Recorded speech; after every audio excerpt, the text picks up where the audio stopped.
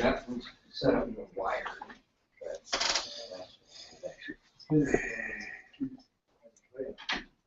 This goes over the wire. I mean, okay.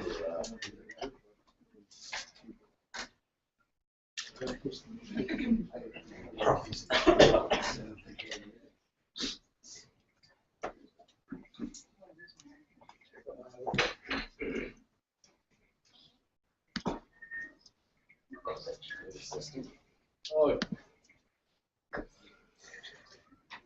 Yeah, I keep getting things from Rick Barnett on LinkedIn or something.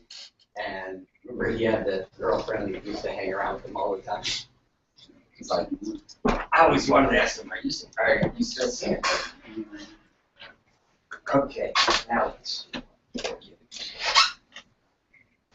Okay.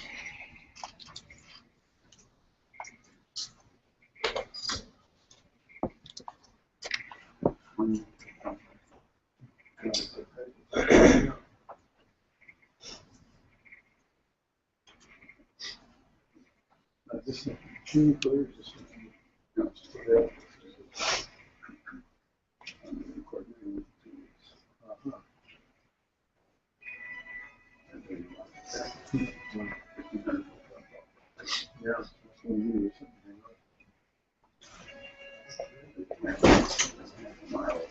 Wow.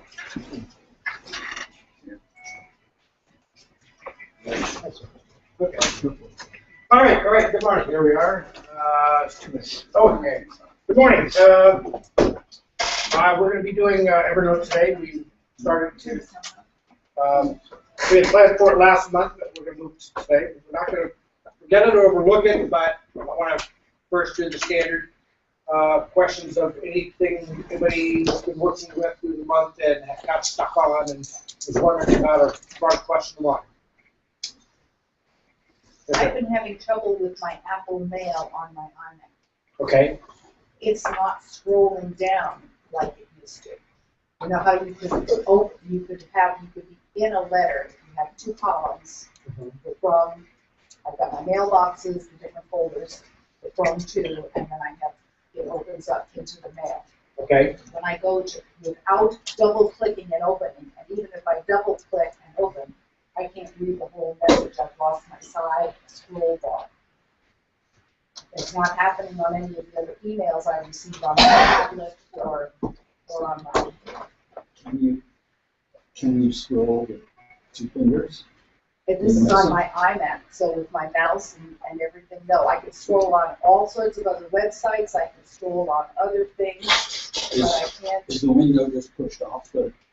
No, because I've done all of the resizing. I went through all the preferences and tried to see if I had changed something. It sounds like a very particular issue. And what I would suggest is doing a screen sharing session with Steve or Bruce or Greg or myself or someone like that.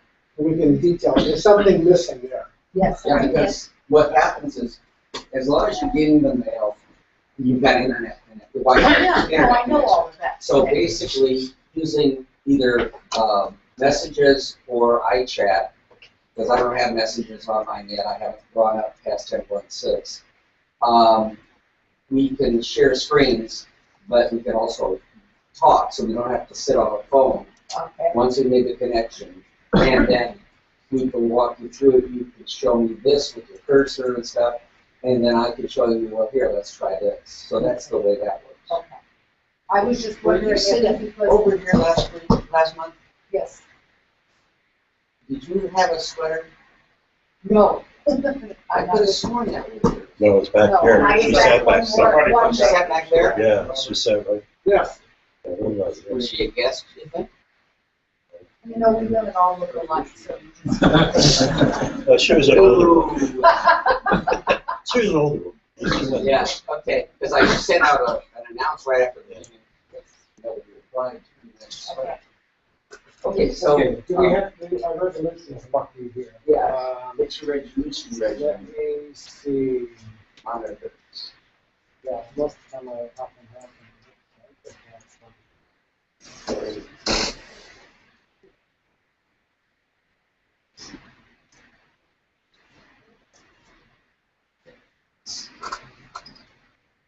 Are you getting the same fuzz on your screen down there.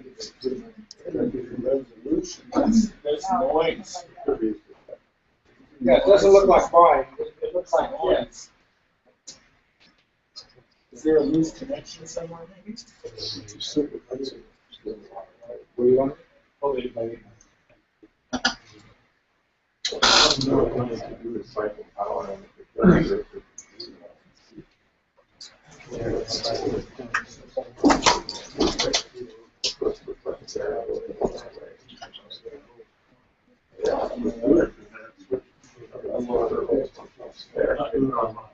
Well, yeah.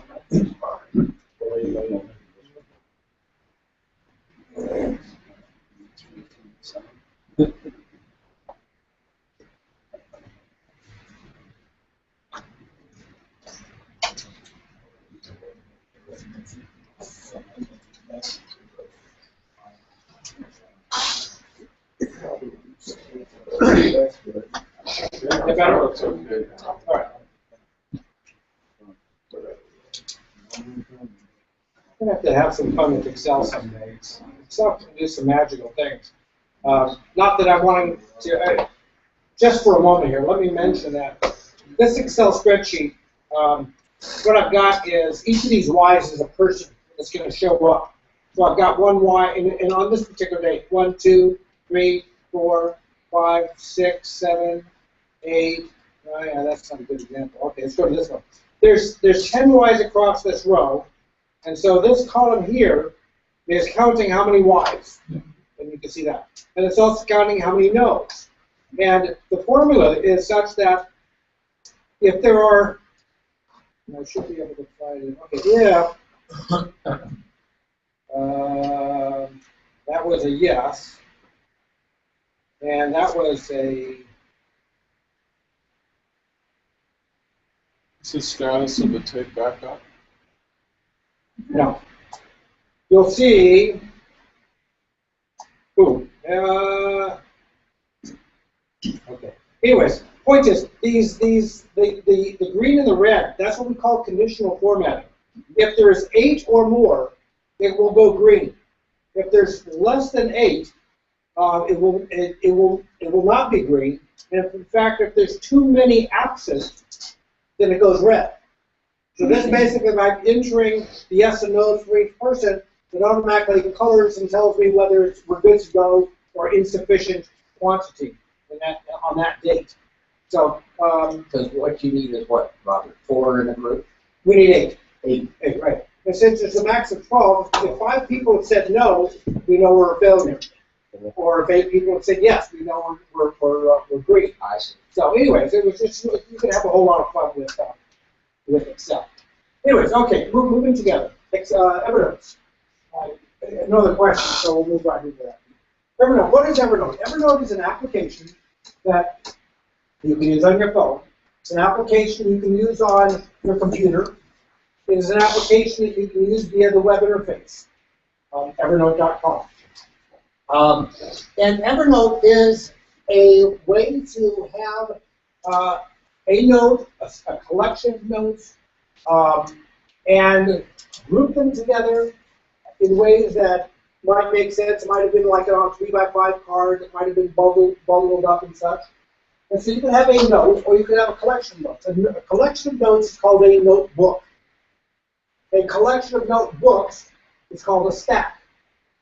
Okay, so I'm a meticulous kind of person. I like notes on just about anything, anywhere. I was getting out of the shower the other day at a hotel, and I liked the shower curtain, and I wanted to get one just like it because it was really rather unique. And so it had a little label on there. So I went and grabbed my phone and just picked up and went to Evernote, pressed on a little button, and just started making a recording. And then I thought about that. And then I put down my phone and went on my business. Well, it's a whole lot quicker because now in Evernote, because Evernote has the capabilities it does, I can search for that note by the words of shower. When I created that note, I gave it a tag, shopping list, which automatically later on when I'm doing shopping and stuff like that, I can look for all of the notes that had the word shopping list in them. I put it on my wish list because maybe somebody wants to buy it for me, and these are the items. When somebody says, "Hey, what do you want for your birthday?" I give them a list. So, anyways, we're talking about notes. We talk about collection notes. I'm a busy person. I've got a personal life and a work life. I try to keep it separate, but rarely do I. But the point is, I have a stack, a notebook with. I have a stack, 2 stacks. One is a business stack, and one is personal stack. Within each of those, I can have a collection of different things I'm working on. So within my work life, a notebook might be a particular client. Another notebook would be another client. But within each of those notebooks, I have notes. All this is virtual, of course, so it's up to you how you organize your life. But basically, that's one of the ways that you might make use of Evernote. So, anyways, we're looking at a 3-part page here. We've got notes, like I said. We have notebooks, which is a collection of notebooks, which is a collection of notes. And then we also have tags that might have been used for your notes to be able to later easily get them. I know a person that has recipes, and in their recipes, they might tag something that is something free. What's that stuff? Gluten free. You might tag a recipe because it's gluten free. You might tag a recipe because it's it's no soy in it, or whatever it is, anti-soy.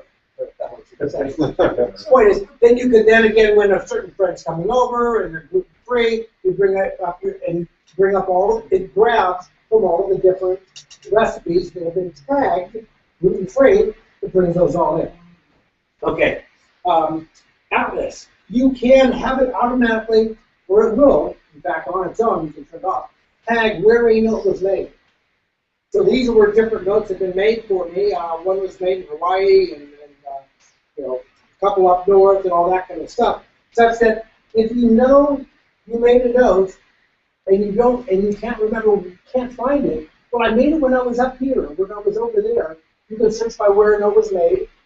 It's also a way to gather notes together if you want a trip. You went to Israel or something like that. There you go. You can bring up all of those notes together. So basically, Robert, that just shows you on the flag you have 6 notes in one note. Okay, so you can, and then it'll list it when you get down to that one. Yes. Oh, yes. Okay. So here's the 3 notes that I made at that location. Okay. So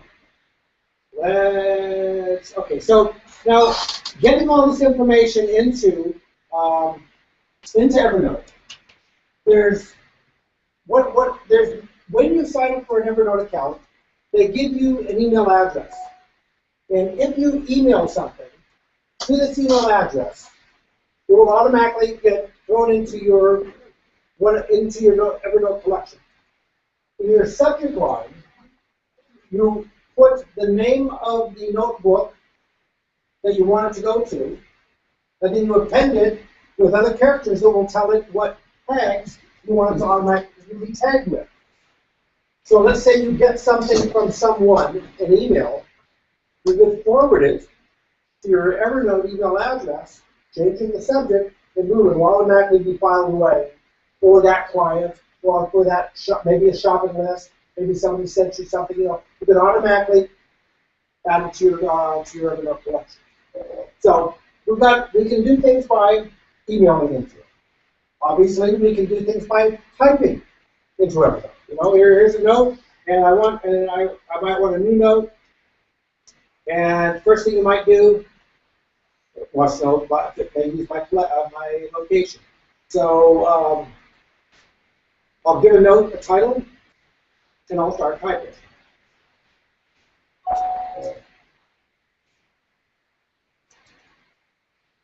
Okay. Now, once if I'm in my Evernote, if I'm in that note, I have a lot of other things that become available to me. For instance, I can attach something. to add to a note. Let's see if there's no pictures. Don't know where that is. I think I should. But anyways, okay. You need Save, Protect, Correct, Traditional. I'll mention that in just a moment. So anyways, here is a picture that I added into that note by attaching it. It actually brings in a copy of that picture, and that is a way to bring things into Evernote as an attachment.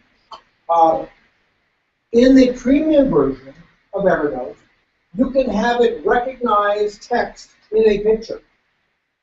So I was on the way down here, and there's a billboard, and it's about a Toyota car ad. And it was an interesting ad. I took a picture of that. You will scan that picture, recognize the word Toyota, and later when I'm looking for whatever else, I look for Toyota, bingo, it brings up this picture. Maybe you enjoy wines. You go out to a restaurant, you really enjoy this wine, you take a picture of the label. You will read that label, bring that into Evernote, and now you can search for the wines. It'll tell you where you purchased it. You make a little note of maybe what you thought about it. So it's doing a type of OCR. It's a type of OCR, absolutely. Yeah. Possible character. Yes, sir. Premium, I think, is about $5 a month with a significant discount. If you pay like about 6 or 8 months, you get it for free. I have a link on the OACC website. Use that link and you can try premium for free. Okay, 1 month free, and then you're back to normal. If you like it, you continue on. But the link in the list will get it to you for free. Now, another way we've got is to take a snapshot. And so, why is that guy smiling? Right? Yeah, oh, try again. So, okay. There we go. Wait a second. Where go? Now? Yeah. So, anyways, that's another way. Big picture. Resolution, we'll have to turn that up again. But, that's it. That's good. Okay. You can also do it by voice. Let's see. Is it going to start? Is it starting now? Is it done? Are you on? Is it working? Oh, really?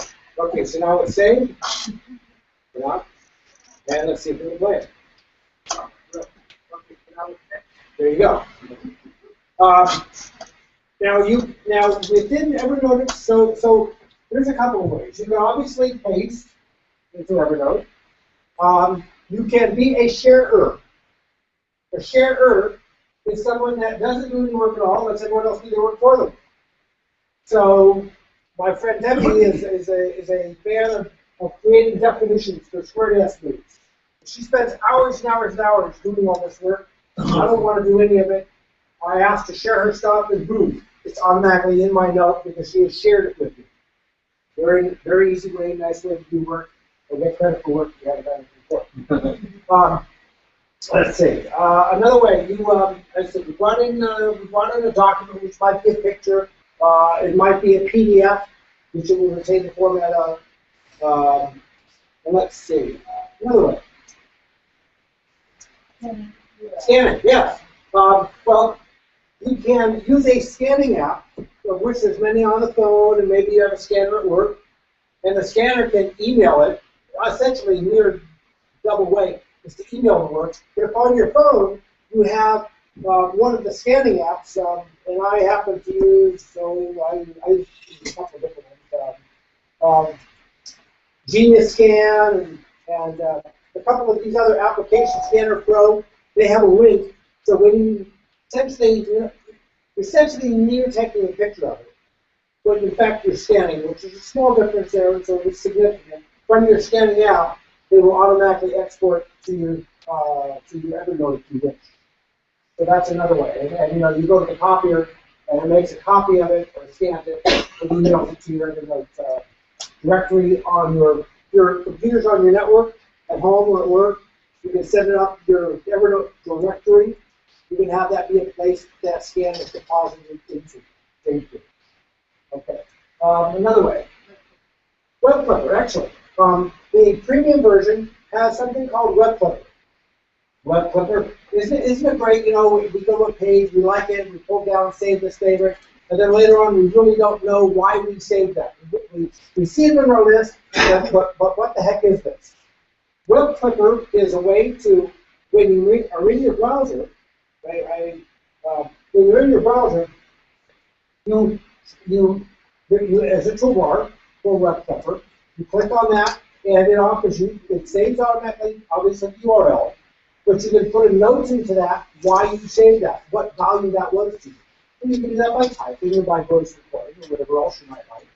And then it'll either bring in, it'll say just the URL if you wish, it'll say the picture, a portion of that page that interested you might have been a picture, or you can actually select the text from that page as part of your note that you can search and then easily get back to that primary page that you were at.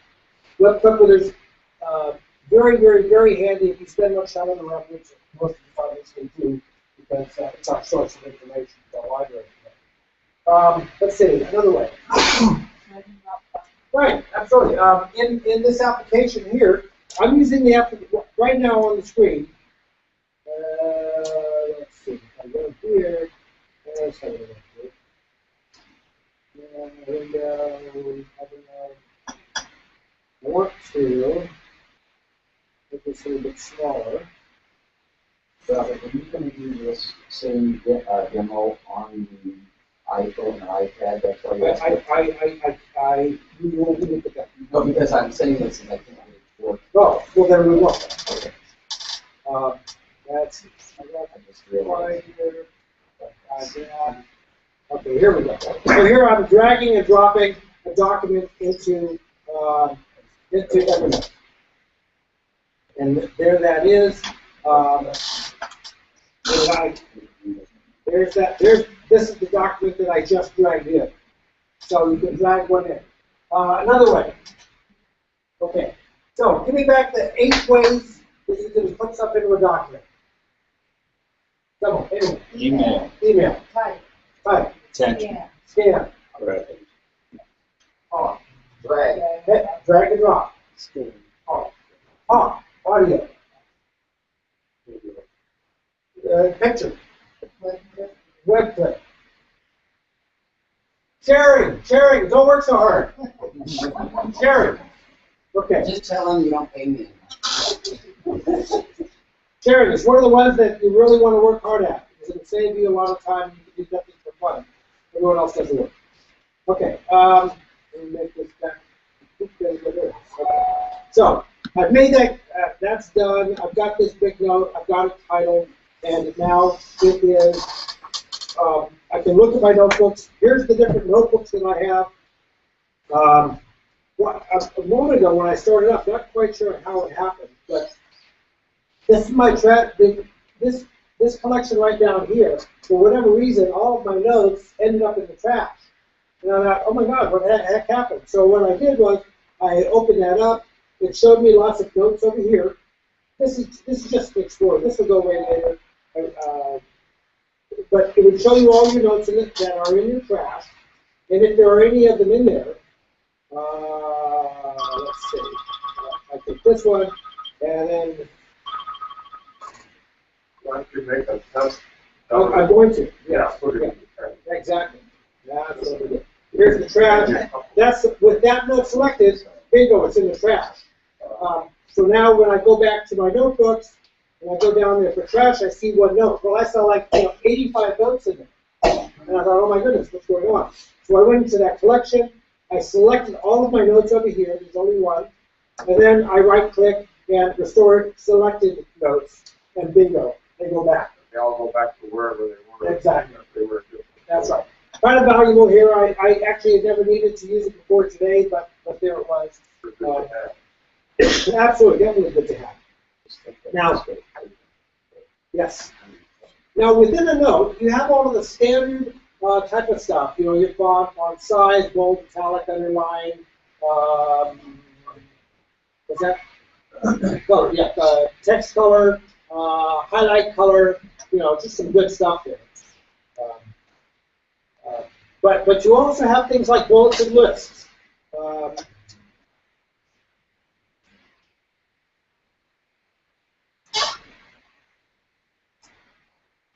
Okay. Now you also have items.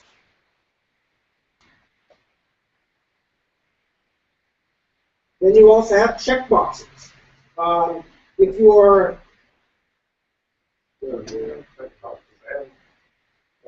check boxes. So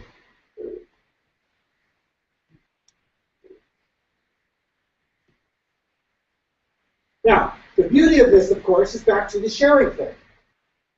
I am at work. My partner is at home, eating bonbons on the sofa, getting hungry for things that she's run out of. So she's making a list. I get to the market, I open up my Evernote on my phone, and there it is. The checklist of things I'm supposed to shop for. And as I check them off, you know, she understands that I've gotten it. And so that's sync back to her right now. this is via the sharing. If I have a notebook and I share that notebook with someone, that notebook or that note or that stack, whatever they do in it is automatically relayed to mine. So someone else can see what I've done and what I need to do. Now this gets longer and longer the more I talk. Yes. So you can use this as a form of document sharing. Absolutely. Absolutely. That's one of the coolest parts about it is the fact that it is a synchronized sharing of documents.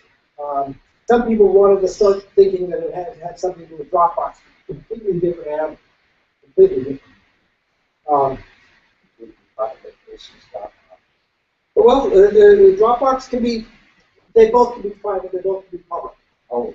Yes. You know, to be honest, I'm not remembering what is there, what that tool is. There we go, just to divide it. Horizontal rule. Horizontal rule, yeah, right. Then alignment and a table.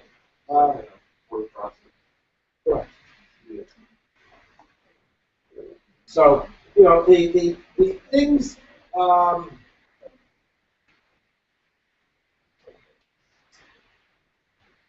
Sure, make the word spread the world. right.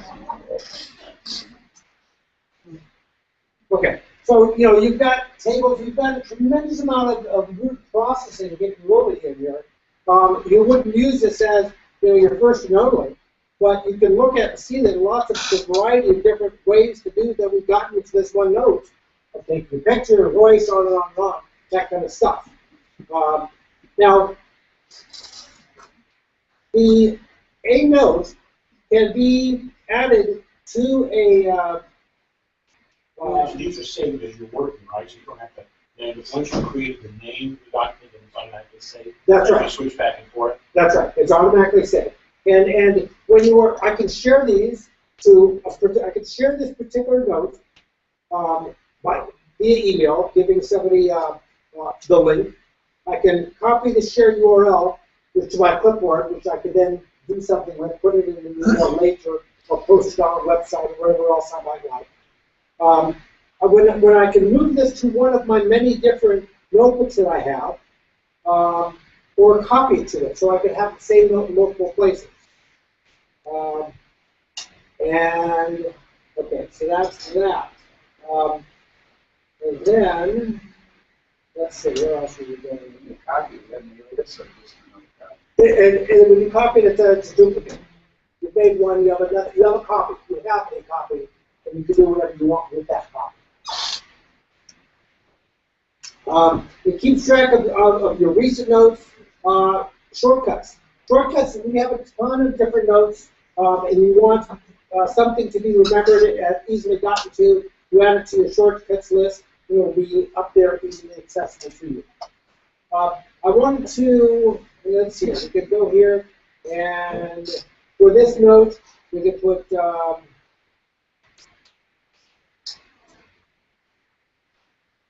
so that is one of the tags. I really don't need to put stuff. So each of those words are a tag that I can automatically search for, and we'll find that. Separated by a space. But separated by a space, that's right. You can have a reminder. If I want to be reminded when this when this, it's yes. Okay, so now I can set this reminder, set it a date, set it a time, and there we go. So now that one has a reminder, methods of entry, there's a reminder. It will automatically come up for it. Both on the computer and on the phone if I'm on the phone. I'm thinking in terms of organization. If I have one note, and then much like folders and files, create a folder, have another one. In other words, nest it down a couple levels. Does this allow that? Yes. Because you have the ability to have notes and notebooks and stacks, you can have you can have as many stacks as you want. And so within each, you've got multiple different levels for the ability to share at certain levels and to make appointments at certain levels. Yes, sir. How many different levels are there? Just those three? I've never run out. Are there additional levels beyond stacks, notebooks, and notes? Yes. I don't believe so. No. Okay. I'm not sure if you're familiar with Note 1, how this is better than that program. Note 1? Yeah. I'm not familiar with it. I will. Is Note 1 on both the iOS and the computer? Yes, through the web, you can get to it on a Mac, but I think it's predominantly an MS application. Okay.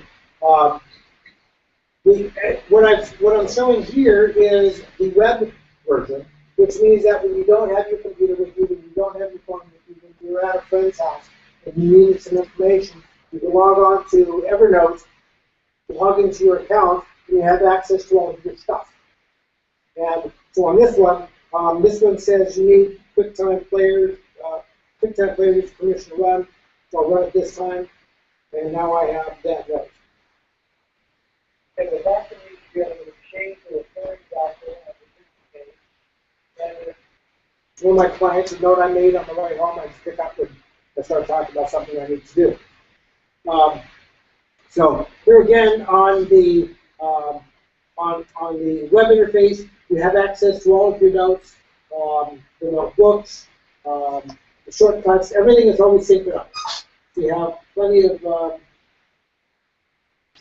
of opportunities to be able to access it from wherever in the synchronized manner. Now, this is all in the basic. This is the basic. This is the basic. Yes. The premium adds several neat features that I've not yet added here, and I want to keep separate. I want to tease you about something you have to do. I'm not here to sell you. And if you've already downloaded the app for the iPad or the iPhone, then you also have to pay for this version on your.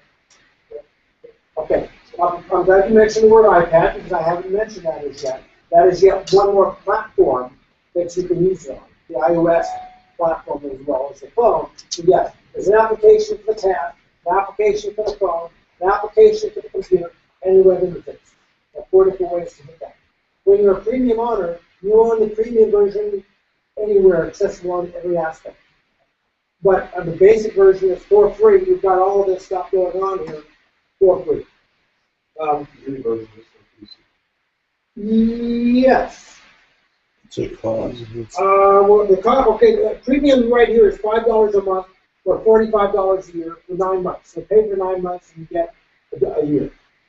The premium version, the search is inside PDFs. So if you have a PDF and I search for the text in there, documents and images. In other words, again, the picture of the wine bottle.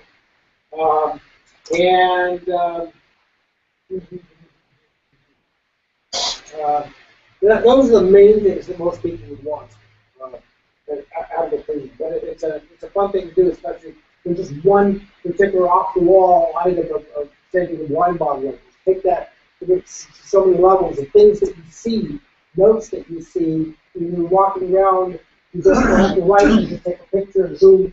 If you add it as a contact, your contacts on your phone, for instance, when you take a picture, you can email that to your Evernote address, and boom, it's in there.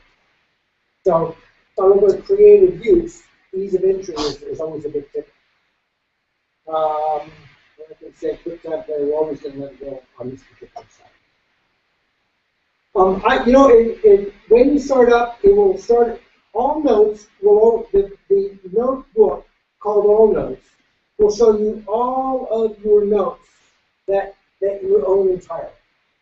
And it will not automatically create any notebooks. So you will end up with just a ton of stuff, already typed notebook, 120 of them. And everything gets stuffed into one. But that's not a problem. You can get your cycle, as you start using it, you can see what things are, how you start compartmentalizing it, and move them from from that generic all notes into separate notebooks. So you don't have to worry about not being organized right from the beginning. Yes? Is there any security involved with this, like being able to encrypt? Well, on your desktop, you can encrypt. Let's see, there's something down here. That's good. But adding a password lock for additional security on mobile devices. Well, your phone is obviously locked with whatever security you choose to put on it in total. There's no specific security necessary that you would use on Evernote. Then your computer is there. So I think the devices themselves offer any and all security that you might need. The web application itself is secured again, HTTPS, so that's encrypted. By the way, there's additional. I've never hit the uploads, the maximum uploads, so I can't say. With better presentations, that's where a note would display as a full screen, some of the PowerPoint, and you just see one page at a time for the bullets and all that kind of stuff. But it's a very quick and easy PowerPoint presentation. Again, we are sharing all that to make it a slam dunk for somebody who's traveling and somebody back to the office to do the presentation. Other questions and ideas for how you might use this or can it do this? Can do it. Okay, anybody thinking that this might fit into their life in some way? Okay, take a look at the OACC list. You'll see a link. You have to try the 1 month free of the premium, which is handy because the text recognition is part of when phone comes. It's very, very handy. I recognize that as to be, but regardless of all that, you can't do it. Yeah. You're looking at the web version, right? Right now, I'm on the web. There's also the Mac version, an iPhone, iPad version, and a web. There's an iPad app, phone app, a computer app, and a web interface. Right. And they're all going to be synchronized. The premium version, another version benefit of the premium version is on your phone, you're in essence using a 24/7 synchronization.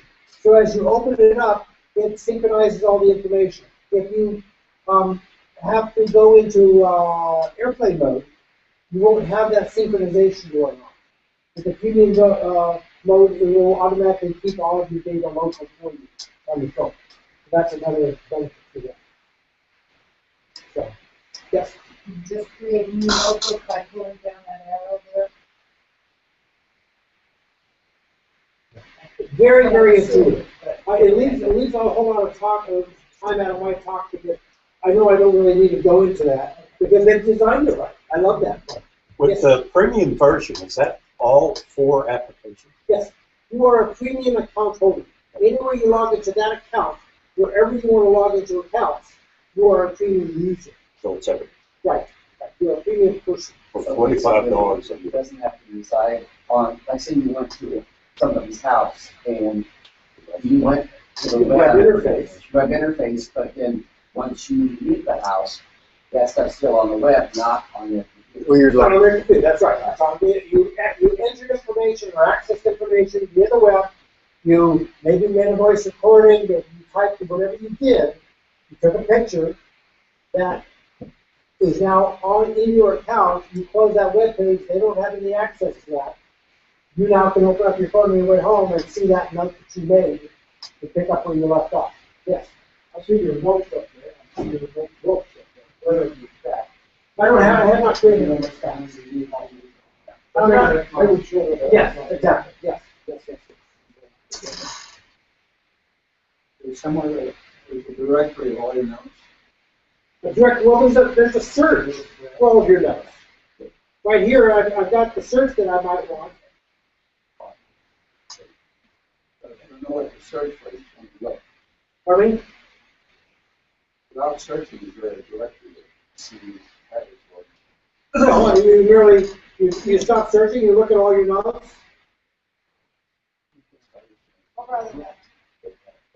Right, down.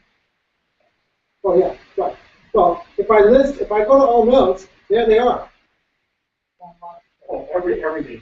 Everything. I mean, the all notes collection. You know, and this goes back to whatever, when I first started, back in 08. Robert, William was just asking me, I wasn't sure. I remember he was asking, how do you put the square box, the check boxes in? For checks? Yeah. Okay. If I'm in an area where there are none, there's a little okay. checkbox right here. Now, what did you, you touched the note, and that brought up the, Right. That's So you're second. in a note to edit a note, then you have the abilities to add them. so basically, the touch the note, that other line. Right. comes If I'm up. out of the note, See the the line. editing is because I'm not. My highlighted item is when I touch this, this now becomes available. All of the features that you might want to put into the note. I might want to make something italic or that kind of thing. Okay. Yes. The second page showing all notes, do we have the ability to sort by date? I think maybe on the bottom of the page where it says view options. Yeah. Right. Exactly. Okay. I created, updated, titled. Issues. Yes. And so one instance when you modified it with the calendar, would this ever substitute for a calendar? No, I would think to use it as a calendar program. You can attach reminders to a note, but you can't look on a date and see, okay, what is it that I've got coming up, that kind of thing. Does it simply go to the calendar? Okay, that's a good point. If you put a calendar item inside of Evernote, is there a way to do it? Like a calendar? Oh, well, this is a reminder, it's not a calendar. It's tomorrow at 9 o'clock, which is a reminder for a specific item. It's not a calendared item per se, because the calendared item is maybe the meeting in 3 weeks, and this is a reminder of the meeting in 3 weeks. So it has nothing to do with the calendar. It's Right. that they're independent. Right, It's for the meeting. it's a tough concept to really wrap your head around until somebody maybe says that, a reminder of something that's going to happen at some point in time, which some people might put on their calendar. Anyway, right. Yeah, But it's emerging in two different But things. they don't have room, let's say they have a desk calendar. Right. And they write in a certain date, this, but they don't have what they're gonna talk about, whereas this, you can store it, and if you're doing a demonstration or talk, you can have the things, and so you don't miss things, Right. On a calendar, you would see, okay, at 9 o'clock I have this, 11 o'clock I think you can see the days of events. That's not what this is about. Yes, sir. On the computer version, what's the lowest and highest? Lowest and highest. Mac operating system, is that fascinating? Oh, wow. I don't know. I tend to keep up myself, and so I don't really watch to see what version. Probably go to the website. Yeah. Right, yeah. I couldn't tell you. So. 70, something. Oh, yeah, everything's done. Oh, but well, And you always have the weather. correct. I'm going to talk about Mac OS in a moment, but okay. Any other closure to this, or ideas or questions that you might? Yes. Just a couple comments. One, it's important to note for doctors that this is not HIPAA compliant, so you can't keep confidential patient information in Evernote. I would disagree with that. Well, it's not HIPAA compliant, period. That's I a would disagree legal with that. definition. I would disagree with Okay, well, that. HIPAA, wow, everybody in this room is involved with HIPAA. HIPAA says, in the big picture, HIPAA says, keep people who shouldn't have access, who don't have the rights to have access to information from getting that information. That's what HIPAA is. HIPAA says information belongs to a particular person. That person can get permission for others to have it. If other people don't have permission, they can't have it. So, something is HIPAA compliant if it is used in a method that accomplishes that goal. If you do not use any tool, whether someone says it's HIPAA compliant or not HIPAA, if you don't use that tool in a HIPAA compliant manner, you are not being HIPAA compliant. You can have the most secured computer and software in the world, and if you leave it open in the front lobby of the dental office, you are not being HIPAA compliant. If you have an item if you have a notepad, and you lock this up in the tightest of all, you're being HIPAA compliant because notepad is written on in the pencil. So there's no HIPAA compliant application. So if you're at CVS pharmacy, you're not standing behind, and you're the second guy in line, you're not standing behind that line. HIPAA tells you HIPAA tells you what you have to do. It doesn't tell you how to do it. Big difference there. Yes. Robert, just wanted to explain that is I ran into a situation where a couple of different things. One, if I call my doctor's office and I would say, okay, can you just, if I have to fill out a form, can you just email it? Absolutely not. They won't email. They don't have email, supposedly. And the other thing was I wanted to get so that I could keep it in my iPhone, I could keep medical records. Okay. Well, I want to come in and I want to bring a little TV scanner. I want to just scan the pages. Can't touch it. It's my, it's my thing, my information about me. Why can't I do it? No, we have to copy it for you. Okay. Then we have to mail it to you. Well, can't you send me a PDF? Well, then they have to charge you for it too. Well, no. But the thing is, they charge $20. It's copied. But the thing is, I said to the lady, okay, look, I'm telling you, I'm giving you permission. Email it to me. And she did. But some places won't even do that. The biggest issue with HIPAA at the moment is the lack of understanding of the whole deal. People are not doing things because they're fearful of it. They don't understand it. When you don't understand something, you're fearful of it. And the people did not. It is easier to ask for forgiveness than permission.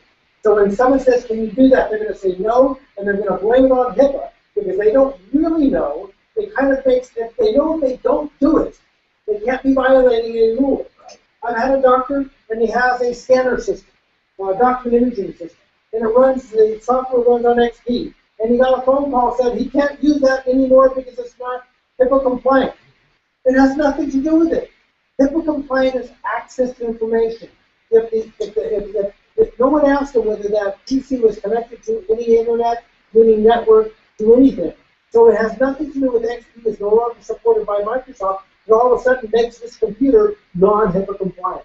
Yes, sir. Well, the reason I want to hear what the reason that Evernote is not HIPAA compliant is because the doctor cannot guarantee that someone at Evernote is not viewing those notes because there's no encryption, there's no security, there's no guarantee that the administrators at Evernote can't view the information. They can. Now, whether they would is a different question, but they can. Therefore, it's not HIPAA compliant. Adrian, that falls true of everything. Absolutely. No matter Absolutely. what anybody So now, hang on. So now we don't use the internet for HIPAA. There we go. Unless it's encrypted. And that's Unless what it's my point is. encrypted. But okay, you can paint it however you want, but the fact is that by the strictest definition, it is not HIPAA compliant. All I bring it up is, well, then a doctor who should consult with their lawyer or their company's legal office to make sure before they use it. That's all I'm bringing up. Actually, my point is that every emergency medical record system that's being, 90% of the emergency medical record systems today are web-based. And you don't know who's on the other end and what they're doing with that information that you're typing in. So every time you're typing it in, I don't know who's on the other end, who's reading it. Some administrator could be reading it. You're absolutely correct, but that is not what HIPAA is about. It's not about raising the fear level so much. You just spent several minutes explaining that it's about controlling access to information. And I just illustrated that Evernote's administrators have access to all of those notes. Therefore, it's not HIPAA compliant. End of the conversation. Anybody on the other end of your Cat5 cable has information if they choose to want to. The point of HIPAA is not to restrict what you do, is to bring about an atmosphere of concern for privacy. Okay. That's what it's about. The other consideration would be for lawyers, whether it meets client confidentiality requirements. And the third thing I was going to say, I stopped using Evernote about a year ago after they had an issue with one of their servers where some of my notes happened to be stored. Mm-hmm. And I pulled out my phone, getting ready to make a presentation, to sync it, to make sure I had the latest version of those notes, and the note was deleted off of my phone. I went to my iPad, and it tried to sync, and it deleted the note off of my iPad. That's what synchronization does. But I never deleted the note. That's what synchronization does. That's a factor of synchronization. If you have a device, and this is everyone needs to listen up. You have a device, and it is synchronizing, and you see something missing. Do not go to your next device and open it up and expect to see it there. Disconnect that device from the internet, open it up, capture that information. Because when you give that access device, internet access, it will disappear. So copy that information, put it to a new node, and then do your synchronization. The point was that by no fault of my own, Evernote deleted my data and put me in a situation where I didn't have my notes to make a presentation. And so at that point I decided that I wasn't going to trust Evernote with my information because obviously it's not foolproof like many things, and so I've gone to just using Apple Notes. It's not anywhere near as feature complete or as rich, but I've sort of lived with it because I was very unhappy with that occasion. Basically, you got up there to talk and you weren't, they said, well, you're not prepared. It's like, no, my notes got right. Well, the dog ate my homework. Basically it, right? I didn't do it. Yeah. Someone else did it. I wasn't. There's an infinite number of things that we could create that situation. That's why we have backups. Now, what I do for my wife is she's been working on a big project over at Southern California Edison in Rosemead. She does presentations, PowerPoints, and on and on and on. And she does it from the iPad. And so she's got everything. We give it to her on a stick in PowerPoint. And your wife fits the stick? Greg? There's women when he's bad, he needs the stick. Anyway, so that's how we get around that problem, is basically you have and this is one thing everybody's got to understand, because I can't tell you, over at the Leisure World Group, how many people take and they say, well, I'm going to back up this data or these photos, and they take and transfer it to a hard drive, drag and drop. Okay, and then what do they do next? Delete the original. They delete the original. Now I have a backup. No, you don't have a backup. Backup has to be in at least 2 places. At least. And the fact that you didn't have a backup, or you didn't, like Robert said, disconnect before you opened it, that would have saved you. But the thing is Evernote led you believe that that stuff would be there for you. Right. So you shouldn't have to, but nothing is foolproof. Right, and I think that's the reason I bring it up is to say if you're going to use Evernote, make sure you export all your notes periodically to back them up onto your local machine. It does have the ability to do that. No matter what method or application you use, you want to have a backup of that information. It's all virtual stuff. It's all electronics. Yes. Yeah, the November before last. Well, I keep Evernote on my iPhone. My wife keeps it on her iPhone as well. It's the same account, so if she needs me to go to the store for something, we're always exchanging Excellent. notes. But she kept her Christmas list on there, Uh-huh. syncing with my phone. Right. Now, I don't know how she did it, but she got unhappy with her Christmas list. She had deleted information from it, got really angry, and then deleted the note altogether. Uh-huh. And at that point, we were still using the unpaid version. Uh-huh. But I paid my $5 for the month. I saw that the note could not only be undeleted, but there was versioning. So I was able to completely restore that information back. I mean, it was something as simple as just a Christmas list, so it wouldn't have ruined Christmas for us. But you can get that data back. You should be able to, unless there's something really odd going on. Yeah, I would just like to go on record as saying that something as simple as a Christmas list would ruin Christmas for you, provided your name was Santa Claus. By the way, we were talking about HIP again, just not to dwell on this too much, but you go to your pharmacy, they tell you to stand back 10 feet, from the register while someone else is doing that. They're attempting to be HIPAA compliant. Are they HIPAA compliant?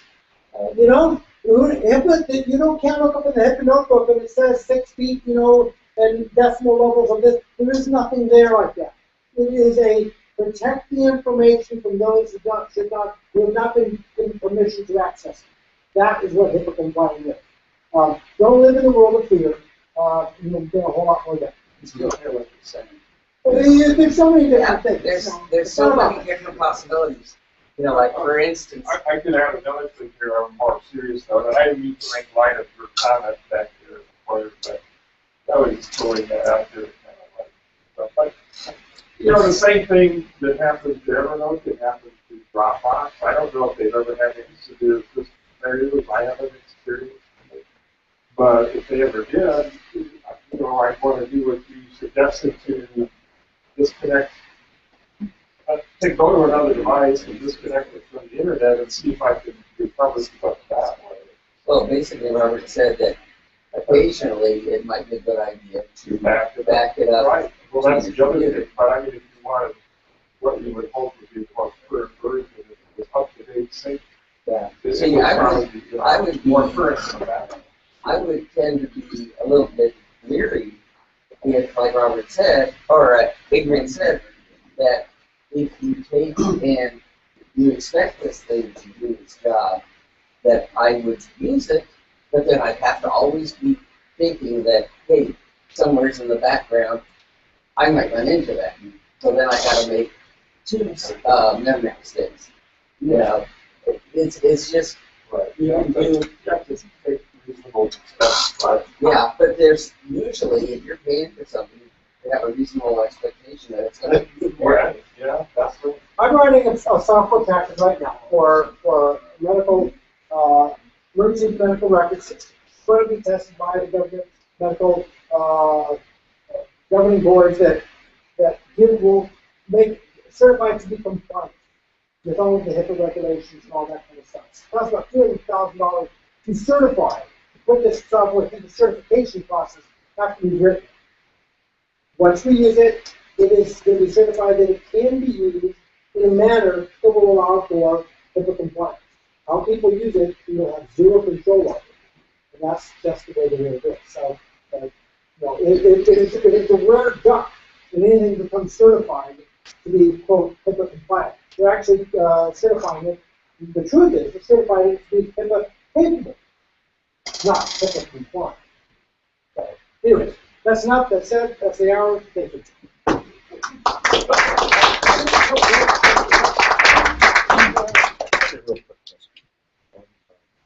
Okay, while we're waiting for Greg to switch over, how many people here are first timers?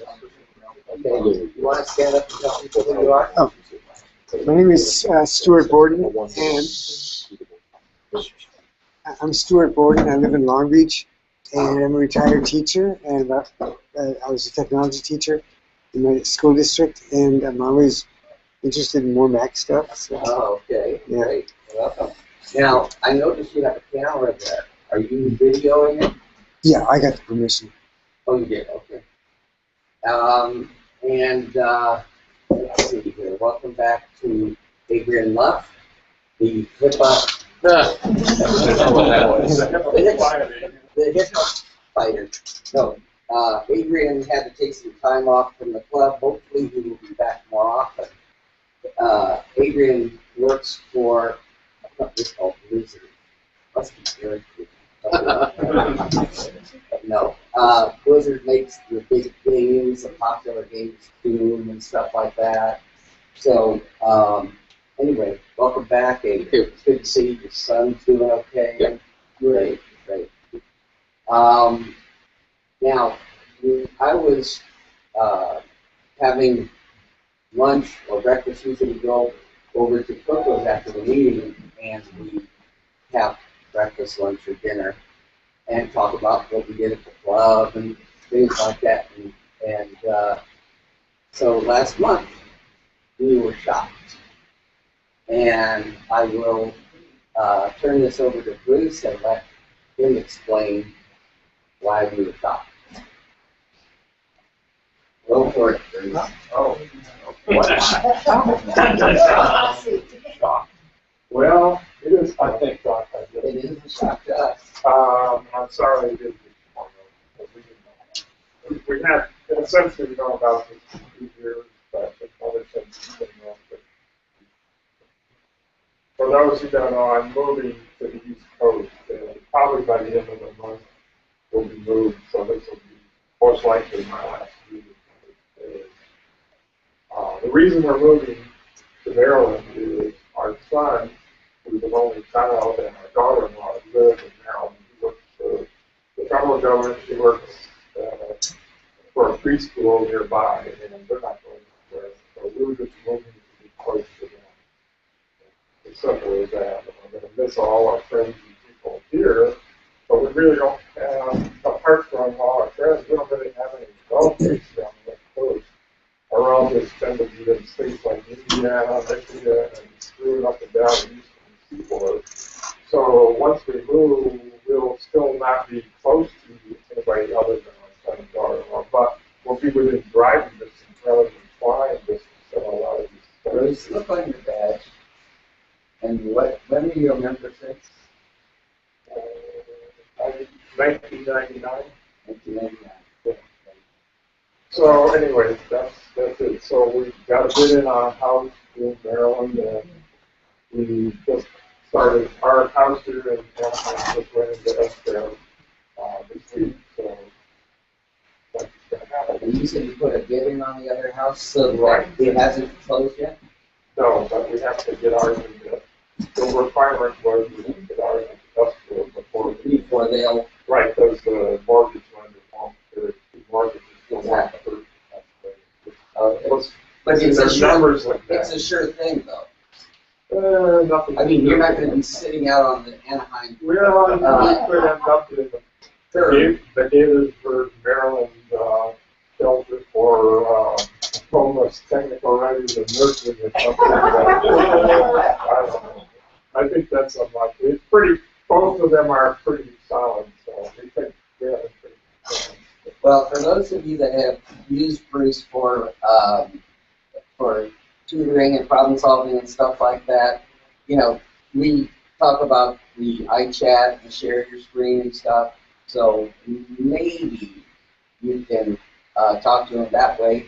We're going to try and set up that we can have him, like say, on a little inset on the corner of the screen, and we could have him do some demos or something like that. I do it, by the way, intend to keep going with the back to slowly I've been doing. Just that I'll be back there now. So I won't be able to run to people's houses. Yeah, but it'll be bad and sensitive. Well, I could, but I have to check. I still have Marlene saying, Steve, I'm having too many problems. I wish you'd come up here. I said, send me a plane ticket. Well, yeah, but I mean, I can still do phone and screen share and support that way. And I will. Oh, and here's the other beauty thing. One of the requirements we put into our real estate guy back there that was helping us find a house to buy, the must have fiber. Yes. Verizon fiber optic for the homes. And that's not a big problem because most of Montgomery County, which is where he has Fios, already for the home or available in the area, so you just call them and have them install it. And So Fios is fiber optic service from Verizon. In place of cable TV or just goes straight to the home. okay, so it has nothing to do with anything other than just the data. Well, no, I mean, it's just like cable. You get TV, internet, and phone, or whatever you want. All those three. They just frankly anything wrong. But the difference is because it's fiber, it's very fast. Yeah. Okay. Very. Do you have it? You have it. My, our son and daughter-in-law live in a townhouse that's about 4 or 5 units. They have Fios, and I measured the speed, but it's like, you know, really fast, 10 megabits per second or something. No, it's faster than that. But whatever it was, I compared it to my speed on our cable system home, and it was considerably fast. And maybe, What? Well, we have Time Warner and Anaheim, so yeah. and maybe you'll be near Google Fiber, which is Google is installing fiber in what, 30-something cities Yeah, at a gigabyte speed. I'll look it up right now. Why don't we do it in big cities? Prime cities. I wish. For us in the county to get Fios back there, so we knew that would be a particularly hard thing to find. But Okay. if our realtor knew that we wanted it. So does that, Bruce, have fiber optic going right up to the box in the house? Supposedly it does. I haven't looked at the actual. I looked at the box that my son and daughter-in-law one time when we were back there for a visit. But I couldn't really tell from the actual cable coming in, but it did look different than what you could see from cable and DSL. The wire, the physical Yeah, because like, cable. for instance, in my house, it was a new build in the city. I remember when I lived in Lake Forest and Fox purchased Dimension, who had purchased something else, and different, you know, the This is cable potential. growing. This is where they are. They went around every street in the neighborhood and dug up and put fibers down there. But still, from there to the house, it was RG6. Yeah, correct. Which is still better. Right, and I'm not sure how which way it is, but it probably in practice doesn't really matter. USB. For such a short run flex. Well, I'd like to say, Bruce, we're going to miss you. Well, I'm gonna miss you And I think you guys more. Which this is the house. Greg's going to show you a picture of the front of the house we put a bit in on. Oh, At the risk of jinxing the deal. Yeah. There you go. Front door. Kind of out in the city, almost a rural feel to it, yet you're close to the top. It's a little pixelated, over. This is the bedrooms upstairs. It's like a 3-level, 5-bedroom, 3-bathroom, and then the living room and kitchen and all that is in there. What you can't see off to the left is a oversized 2-car attached garage. Attached is important in an area where it's cold and snowy in the wintertime. You'd be surprised the number of houses we looked at that only have a carport for one garage or nothing. You know. What? You know, these people, I guess, are used to it. I don't know, but that's no way. Even my wife and I wanted any part of that. You know. You got a tornado 45 basement? Well, we have what they call a basement, but it's not what I would call a basement because, first of all, it's only about 5 steps down from the main level. It's a split level house. But 5 steps down, you're in this, and it's all finished except for the furnace room, a small room where the furnace is. So there's a family room, and there's a laundry room, and there's so we'd probably get in that furnace room or the laundry room if we ever have to put it in. Maryland doesn't seem to get them as much on some of these places. Some of the places, I don't know why they rebuild with wood. You know, it's like Now, I don't know if the houses were stucco where they survived a tornado or not. I don't know yet. No, I don't know. They would. The brick is also bad for earthquakes, but back there, that's not a problem. Yeah. They feel this thing has brick on the front, you can see, but it's not brick all the way around. Brick, yeah. So any quick questions? Honestly, just quick. Guys, Quick notice that from what we've seen on television, happened in the past week, you will not have any water ration problems, like the years. No, we won't have that. We don't even have city sewage. Yeah, but, we have a septic tank and a well. And that's it. Oh, well. But all the homes around are the same way, so. So, how many MAC groups are back there? Yes, have you looked into that good point. first? I'm glad you asked that. You reminded me. There is a group which I've known about for a number of years. It's called Washington Apple Pie. PI, like they've been around for a long time. They've been around for a long time, like we have. I don't know how long, but and they were always one of the oldest and biggest MAC groups on the East Coast. Well, a while back, like a month or two ago, I went and looked up their website. They're still around, so I'm going to see about joining them. But rest assured, I'm going to stay inbound with this one. I'm going to probably become one of those so-called internet members like Bob Reed and Jimmy Vanderhart and so forth. And I'll stay on OACC list, and I'll get me that way. Yeah. What about our fries? That's probably going to have to stop at some point. We're hoping to be out of our house and move by the end of this month. So all goes according to plan. We're driving. You're driving? Yes, because we're selling one car. We already have a buyer for the old car. We're keeping the Prius and driving it cross country, and then we'll eventually, once we get settled a little bit, we'll eventually get a second car. That way we only have to move and re-register one of them instead of both of them. Yeah, so yeah, and it's going to be kind of an adventure. But we took our dog when we flew back there. We just got back from back late last night after about 10 days back there, house hunting and everything. We took our dog, a small dog, with us on the plane, and she's a great girl. She's flown before, and we left her purposely with our son and daughter-in-law by car. They had one of the same breed, and they're fine with that. So that way, when we drive cross country, we don't have to look for lodging that sets us and everything. It'll just simplify things. A lot of the hotels. Do they? Yeah. But then you have the other thing of having to stop more often and stuff. But it'll just make it easier. Plus, we're hoping maybe squeeze in a little sightseeing along the way. We won't have to worry about. And when you go in a restaurant, you can have kids from there, and you want to go by the park. You did the right thing. Yeah, so I mean, if I was missing her for a few weeks, it's better for the dog too, because she doesn't have to go cross country. Okay. Good luck. And you have some things you want to get rid of or stuff? Oh, yeah, well, it's not for this now.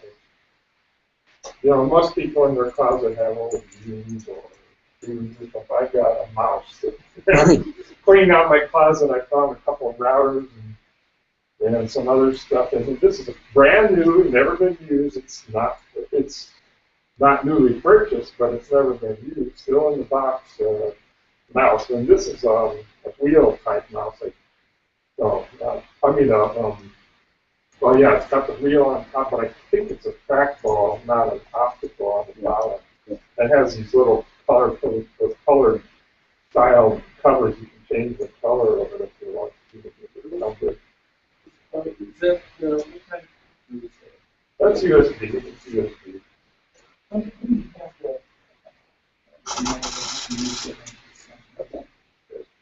Well, best of luck to you, Bruce. Hope things work out. Thank you.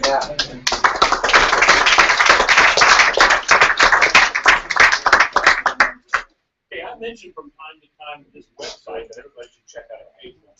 TUAW, the unofficial Apple weblog. I try to check it every day.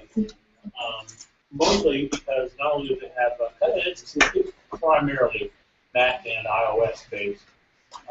primarily because it deals with Apple and Apple products. But every now and then there'll be an odd item that will have a freebie that you can sign up for. Maybe you'll be lucky enough to win a case or a stand or a camera attachment or something like that.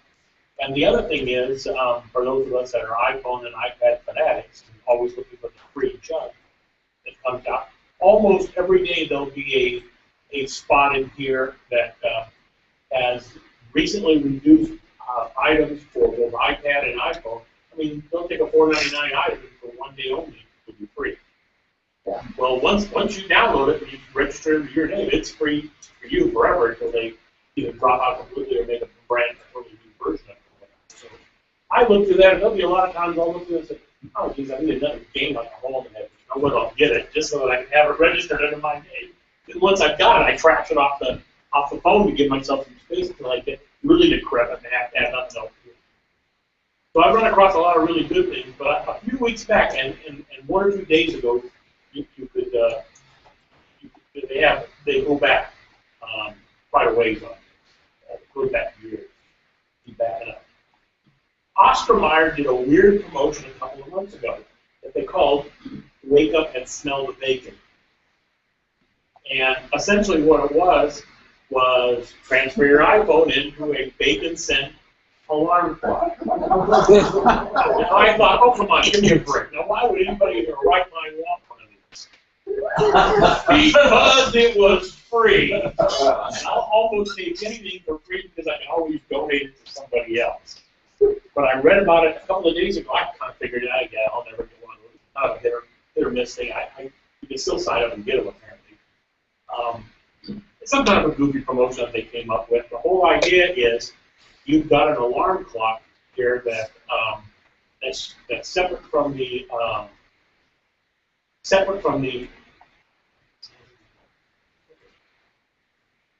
just found this website this morning. Apparently not. Okay.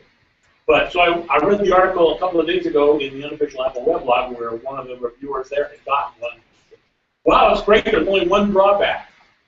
The drawback is you wake up, you smell that bacon cooking, and I have to admit, it smells pretty good. Okay. And you hear there's no bacon. You have to manually get up and do the cooking yourself. So my wife thought I was nuts when I got that. But hey, the price was right, and I figured, what the heck. So anybody who wants to see it, you can. You actually have a little picture of a frying pan here. It's its own alarm clock. It has what they call baconisms, where it plays.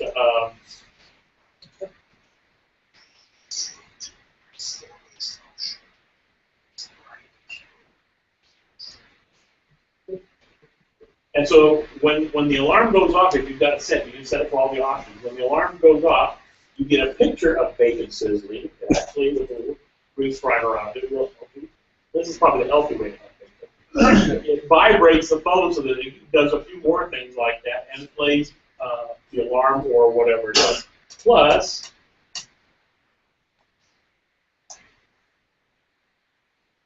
squirts out a little shot of bacon smell.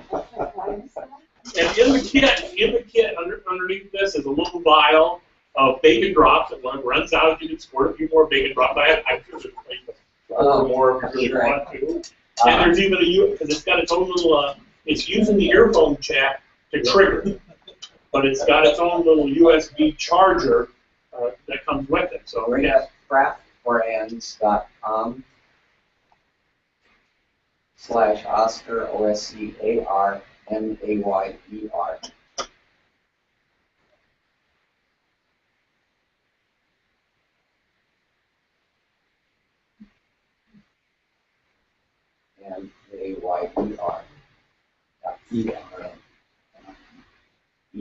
not data.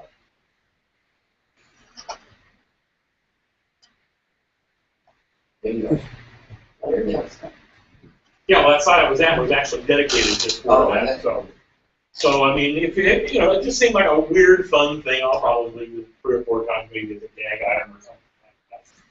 But it just goes to show you. I mean, most of you have probably seen the latest iPhone ad that they got on TV out there. Can you smell it? Yeah, you don't smell it so much out of a little vial when you go for what it missed it, and apparently that's what, there's a little heat element in there with a little pad that vaporizes that stuff and squirts up in the air. And so the price was right for a fun gag item. The only drawback is I got to take it out of the darn case, or I've got to use some kind of short extension because it wants to plug in snug up against the earphone jack. I thought, yeah, that's kind of a fun thing to do. So What is your wife doing? she thought I was crazy. You know, I thought I was crazy. She always thinks I'm crazy. So, you know. But She's afraid you're going to ask her to get up and make the bacon. yeah, that doesn't happen. Breakfast for her is coffee and a piece of toast. So I usually end up doing breakfast. So. But that was kind of a fun thing. I thought maybe you might be interested in. Like I said, to the best of my knowledge, you might still be able to get on their list to be able to get one of these if you really want it. The app is definitely available, and it's just an alarm clock app. You get the little device here. And who knows, there may be other options that they have down the road as far as different scents or something. I mean, there's no reason why that couldn't be a good smell scent of flowers or whatever, you know, added to it, because the technology definitely can work. So that's an interesting thing. You can have e-cigarette. Yeah, that's right. E-cigarettes. Right. You know, most of us that have laptops, if you've got something with a laptop, and I hate to do that, I didn't bring the removal tool, but you've probably seen this once or twice on my laptop in the past. Most of us have an SD card slot or a compact flash card slot or a PCMCIA card slot or whatever. This one happens to be an SD card, and I've actually got a micro SD inside of an adapter. Yes. This particular one, it's flush. Most of them will stick out about an eighth of an inch or a quarter inch, but you have something to grab it with. This particular one is made by a company in England called Nifty, and they had done a Kickstarter program about a year and a half back. They sold out the initial batch, and then finally, when I ran across it, I thought, oh, I wouldn't mind getting one of those. So I signed up for the Kickstarter. It was like $30, $40 or whatever it was to get one. I finally got it a few months back. And the big deal about their SD card adapter, because theirs is really an adapter to hold a micro SD card in it, is that it's flush. So that if you're carrying the laptop around and you keep shoving it back inside a bag, you don't have to worry about snapping it off. You already have a couple of SD cards that I would use. So you use any standard Any micro SD card will work in it, and any regular SD card will work in this particular laptop, and a micro SD will fit in their adapter. Right. I already had somebody else's adapter, but it didn't step out the So end. it's just the adapter. Yeah, to get theirs out, you can't really see it here, but there's a couple of little holes there, and they actually give you this weird-looking little tool, for lack of another term, you can use a thin paper clip, just a hook to be able to grab it and yank it back. So you kind of pull it out. Now, the micro SD that I got inside, because I wanted one flush, the micro SD that I've got inside this one, it comes with a 2 gig. That's nothing. For about 30, I think it's on. In fact, UAW had them. What was the name of the company? Nifty, and they make a flush adapter. Really, what I wanted. They already have a previous adapter. I'll come to why I'm using it. The biggest memory card that's made to fit micro SD in size is 128 gigs, but they're impossible to find. And when you do, they're about $120. They're about $100. They're really expensive in the micro size, and they're really little. They're really, really small. So this one wasn't too bad. I found this particular 64 gig went over Costco for like $46. And I leave it in here all the time. And as you see, it's a brilliant naming convention, DJL Micro SD1. And you can see what's in here is a whole bunch of iPhoto libraries. Because I ran into a situation a couple of years back where I thought, you know, I'm going to go ahead and reload a new operating system, a fresh operating system on my old, this is a SSD drive inside this laptop, on my old one, and I knew it was backed up at the time machine. It was. And I knew it was backed up on my external drive because I used both Carbon Copy Cloner and I've also got Super Duper. I've got them both because that's my. But I personally like Carbon Copy Cloner, and I used that and made it. The free version of both those programs will clone your entire drive, not incrementally, but it will clone the entire drive. So before you do any backup, and I want to reformat the drive and all that kind of stuff, I did a full backup. Well, of course, my wife and I, we went to dinner. When I came back, I saw, well, it was finished, but it had a funky little error like it did. I didn't pay attention to the error. So I went ahead and loaded a new operating system. Went to restore all the files back on it, restored everything but my photo laptop. And that's about 25 gigs. And I look everywhere. I have a whole bunch. In fact, I meant to bring today and probably donate them or sell them really cheap. But I've got several 500 gig hard drives and 1 terabyte hard drives that I'm no longer using, and I pretty much just want to thin some of the stuff down in the house. And so I started picking up one by one, looking at the library, getting duplicates and duplicates and duplicates. And then I thought, I have this on Carbonite. Why don't I use Carbonite? It was the first time I'd ever used Carbonite. Don't you also use Time Machine? I do use Time Machine, but I had done something stupid on that. As usual, gotta heat your own answers. And so I used Carbonite to get it back. It took about 2 days to get 25 gigs back because it's pretty well low at this. I could ship them a drive and they could put it on there. And I thought, no, I'll just let it go. What do I care? But I did get everything back. So that's it. Thank God for Carbonite, or any other outside backup service, whichever one. They all work on. You get it back as a library? Yeah, it came back complete, which was really interesting. It was just exactly as data. And so that was good. That worked out real well. Now, when I got this laptop, and I thought, I got that slot on there that ain't being used for anything. I kind of like to use it. Well, I came up with the idea of using this, and I'm using Carbon Copy Cloner. And I'm actually looking at a scheduled task. Oh, Greg, before you run, do you have a URL or anything for that? NiftyDrive.com, I think it is. I'm sorry, what? NiftyDrive.com. I think that's it, yeah. Is the URL, I believe. There it is, Nifty Drive. It's the little adapter. Oh. Like I said, it started out as a Kickstarter project, and I got it on the second run. And then for a while, I wasn't sure if I was going to get the money back. But now what they're doing is they're doing it in chunks, and they just had it a couple of days ago. So you get one of these adapters in one of these colors, plus a 2 gig micro SD card, or mini SD card, I should say, for $40. They lowered the price for TUAW to like $32, so a little cheaper right now. But anyhow, the point I was getting at was the pictures meant more to me than anything else, and then you can have backups until you can wait until Sunday. I thought, well, why don't I take advantage of that card? They're not the fastest thing in the world. So I have this set up right now that every day, as you can see right here, every day at 2:15 a.m. in the morning, I don't know why, arbitrarily pick that time because it's something I wasn't doing any other time, I guess. And I have that grabbing all my iPhoto library, because I've got a bunch of them. I use iPhoto Library Manager for junk stuff, for camera club stuff, for my own personal stuff, for my wife's stuff. So I've got all these iPhoto libraries. I have a back of all those iPhoto libraries permanently, with all the updates and stuff that's changed, onto that micro SD card every night. So it's invisible. I've always done that.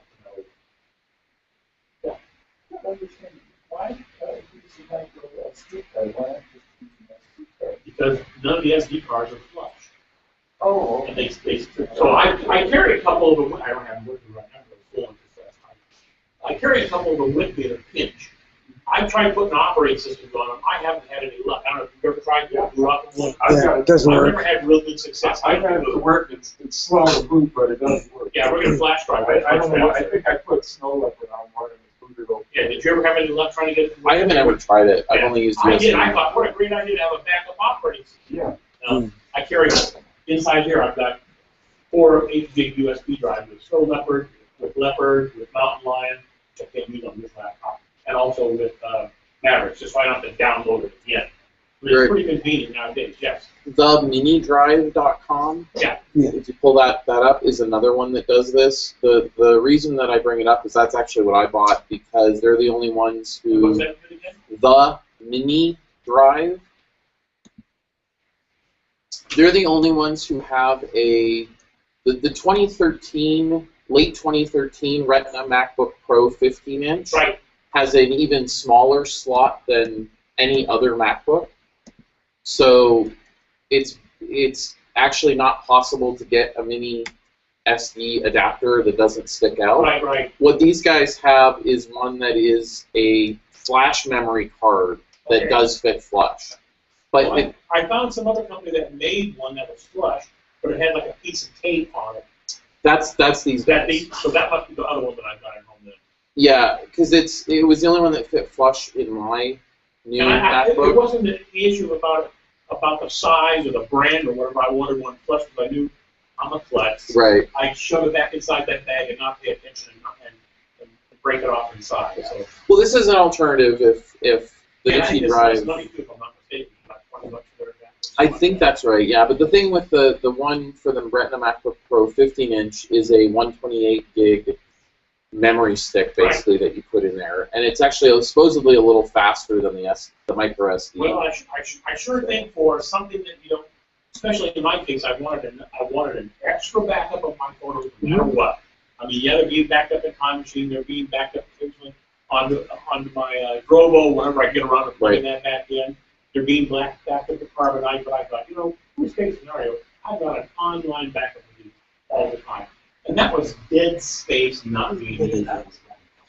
So for a little bit of an investment, it just seemed like a really cool big chart. And you can do this with anything. You can have important documents on it or whatever. I think you use this card. It's a lot of sense. So that's something to think about. In order to be able to get the incremental backup and the scheduled backup, both carbon copy color and super duper, you have to purchase. So, but I already owned them, so it didn't really make any difference. And you can set this to do a whole bunch of different things. I just have an account task for backup pictures. And I'm going through and I'm checking specific folders that I want to back up. Because if I tried to do the entire pictures folder, it was about 80 gigs. This one is 64 gigs. But I just thought something I wanted to bring up, and just thought if anybody ever noticed it. It's a visible D, but it's always visible. I just looked on mine and I only carry around my mouth. One little note on it was back in August 2011. I put snow leopard on this 32 gig standard as size SD card. And from the smile in this laptop, And it did boot up. it does boot it. And I keep it right. I keep this for safety. And on little notes, it reminds me to unprotect it before I try to boot from it because, it'll want to use virtual memory. As I recall, it was a little slower booting, but it's probably still faster than a CD or DVD. I wanted to talk about a couple of things I ran across both in, actually I watched Leo Laporte, most of the snow game on Saturday and Sunday broadcast on AFI here in Atlanta. But he also does a whole bunch of podcasts, and one of them he does Mac Break weekly. That they do on Tuesdays, it's available for download on Wednesday if you don't want to watch it live. And this was one that Andy Anatko, who's been around in the Mac community for a long time, ran across. If you've got HDTV converter box, a box of some sort inside your house, not all of them, but there was some kind of a weird little FCC law that apparently said that when the HD boxes first started coming out, when digital TV boxes first started coming out, VCRs could record on them. They just didn't have that ability. The VCRs didn't have that capability. TiVo and digital VCRs weren't common. So a lot of these boxes have FireWire ports on them. Well, guess what? In most cases, that FireWire port is viable. You can actually connect a FireWire port, if you've got a box with a FireWire port on it, and connect it into your Mac FireWire, assuming you've got a Mac that's got FireWire. This one doesn't, but I've got a Thunderbolt to FireWire adapter, which is kind of weird because it goes Thunderbolt to FireWire 800, and I have to do an 800 to a 400. 400 was a more common FireWire. But this piece of free software called FireRecord interfaces with any kind of a FireWire device and actually interfaces with a video camera. And allows you to schedule and pick shows up and record them directly on them. And they're kind of skirting around the Digital Millennium Copyright Act because they were required by law at the time to give people an alternative for off-time viewing. So that's why it seems to work, apparently. And they just never really brought it up to anybody. And Andy and somebody else had run across this, and I thought, well, it's a free piece of software, why not? My box doesn't have that ability. And I got a built-in DVR, so it's not a real problem. I have other ways of getting the stuff out of it. But I plugged it into one of my 8mm camcorders that's FireWire, and it works fine. So that leads me to believe that for a free piece of software, if you've got a FireWire port on your converter box, you might want to check it out, because it is free. So that was kind of handy. That's called Fire Record. Greg, what service do you have for your cable? AT&T Uber's. They've got some other ports on the back that I'm going to investigate a little bit. I'm sure there's all kinds of things on it. I mean, we've run across things over the years that, for the longest time, the Apple TV's got a USB on it. And some of my other stuff has had USB, and they said it was for diagnosis, but apparently a lot of times it does a lot more than that. So. Well, these new boxes now, they've gotten so intelligent that they can tell Fox or whatever, Time Warner, what you're watching. Yeah, that's true. All that stuff. Because they use that to sell their advertising. But many, many years ago, they were using a box called an oak box. And the cable didn't have more than 25 or so channels. And those boxes had a special backwards threaded elliptical type of a screw to hold the box closed, like a security. And if you take and cut with a Dremel tool, you cut a slot and you can use a screwdriver and open it up. They used to at the deal say, oh, you want HBO? Okay, we'll give you a box. This box does HBO. I see. You could modify. And so basically what I found out was all they were doing was on this switch, they were cutting or bridging a trace on the board. And so basically what you could do though was go to the thing that was feeding that whole ring of pads, just cut it, and you get everything. When you can't do that. When Marcia and I first moved in together before we got married, we were living in her house in Yorba Linda. The area of Yorba Linda, she had a dual cable system. You got like 20 channels on cable A and 20 channels on cable B. Oh. And you had to get up or to drag. Talk about Mr. Lazy. And get up and walk over to the cable box and switch it from A to B, and then everything went on 3 coax or whatever it was on your B. And about that time, Radio Shack came out with a remote control that could switch between A and B. So for like $20, you could get a remote control. So at least that, like we really didn't need the exercise to do that. And then also about that time, Mitsubishi had come out with a VCR that had the ability to record off of 2 cable channels. You could record off of A or B, and it would just internally make the switch over. Boy, we've gotten lazy over the years with digital video. I can only record 4 shows at a time. So, but I mean, we're running across like I'm a real fan of this TV show Resurrection because I like the premise behind it. And sure as hell, my wife is picking up some PBS thing or whatever it is and bump that show off the list because of the priority settings on there. So I said, come back to the Resurrection. She goes, it's not been playing. But thank God for video on demand. And it's one of the free shows that we watched last Sunday's Resurrection. This Sunday is the last one. That you can go back and see shows over the past 3 or 4 weeks or whatever. You at least have an option for that. And here was another one that I ran across again through Mac Break Weekly. Interesting thing that Leo does is at the end of the show, they're about an hour and a half to 2 hours long. They'll have what they call the picks of the week. So one of his guys, he either has in-house people or he has them on what they call Skypeosaurus. Multiple Skype setups from people around the world. This one that Andy ran across was called Beaver. Now, there's been programs like this out, but a lot of them haven't worked very well with Mavericks. Cool thing is, this is free to try. What Beaver does, Beaver gives you, right now, if you've got an Apple TV, how many people here have Apple TVs? About half of us. So if you've got an Apple TV and you want to play video from your Mac up on the Apple TV, it has to be in the iTunes format. I've talked about this in the past. MP4 or M4, MP4 or M4B. It has to be one of those two for iTunes to send it over. Doesn't mean that it won't play it, but for it to send it over. It's a limitation on their end, because there's a lot of things that can get there. And I've run across a couple other programs, AirPairs, one of them I have that on here, and 2 or 3 others that will allow me to mirror the desktop. Without a cable, I can always run a cable over to the TV itself. This one has HDMI out.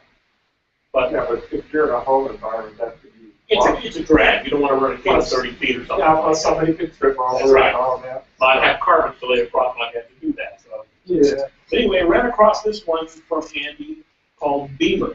And the whole idea is this will play any, almost any, it won't say it's FLV, and I have to figure that out.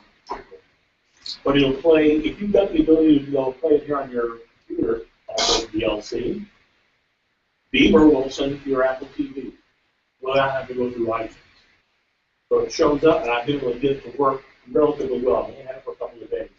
I haven't purchased it yet because I want to make sure it does everything. Because my ultimate goal is if it's anything I really, really, really, really want to watch, it'll be in the iTunes library.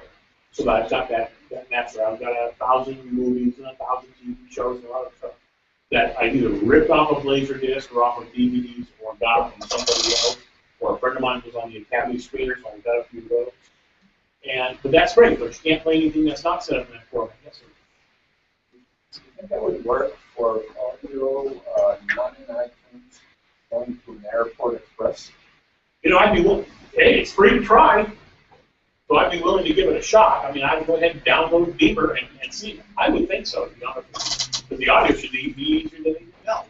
Well, coming off of the webpage. Yeah, I would think so.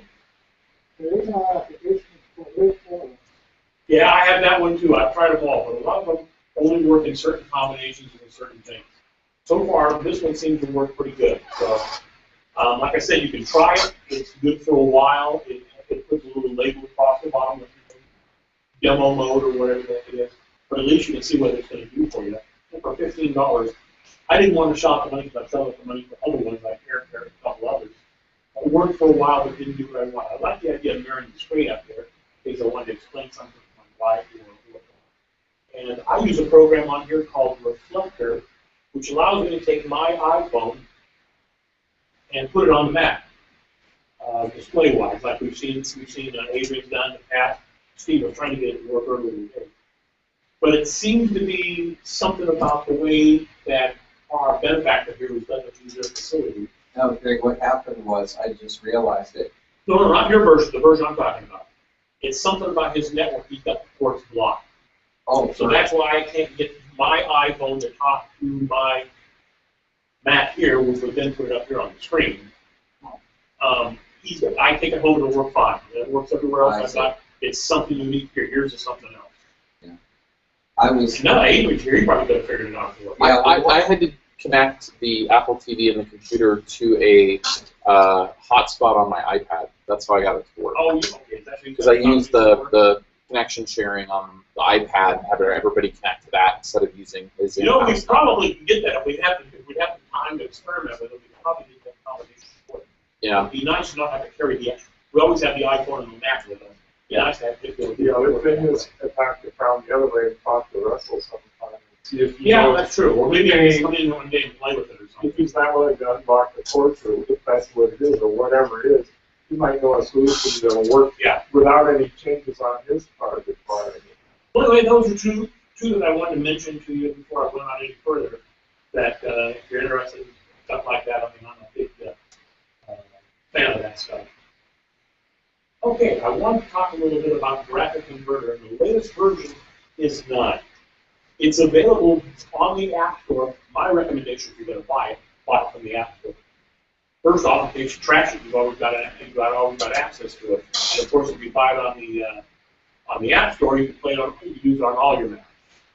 But there's no trial version available on the App Store. So you can go to Lemke Software, the people who make this. You just type in graphic converter, you'll find it. I'll have it in the notes for the week. And it'll let you use the free version here. But you can see right now it's coming up. I've been using it for 4 days. It's got the try it button. Well, after you're done for 30 or 40 days, it takes 3 or 4 minutes for the try it to become available.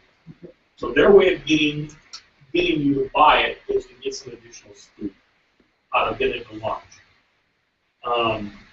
I used this program years ago. In fact, I didn't want to shell out $39 for it, but they have upgrade pricing, and I want to go dig out one of my old serial numbers and then send it to them and see if I can get an upgrade price on it. Now, by doing that, it won't be through the App Store; it'll be directly with them. This program has been around in one form or another like since 10 years or something before like that. Yeah, we had it for the OS9 and maybe before that, I don't remember. But Well, it goes does. way back. It used to be just exactly what the name said, a converted utility only.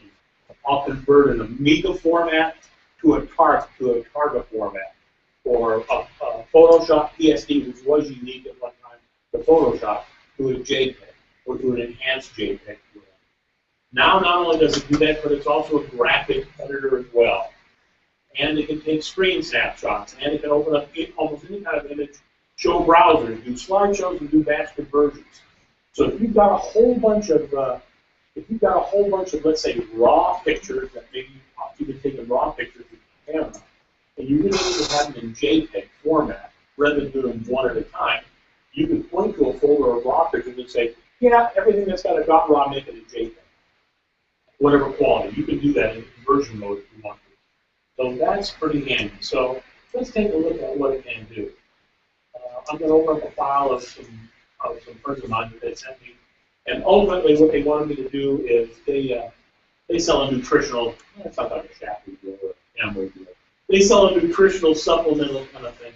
And they're very happy that it does well. And this was where their neighbor across the street took a picture of it standing in front of the garage door. Oh, great, by the way, can you put this in front of a nice background? Thanks. I did. It took me a while. I did it with Photoshop, and I screwed around with a little lot. You can see her hair the way it is. It's you know, kind of looks like I had to really go in and game with the magic lasso and all that lot. But this tool's got a lot of those capabilities built into it as well. First off, let's talk about its initial capability, which was file conversion. I come over here to File and come on down to Save As. I don't get a huge selection of choices right there. Will I go to here?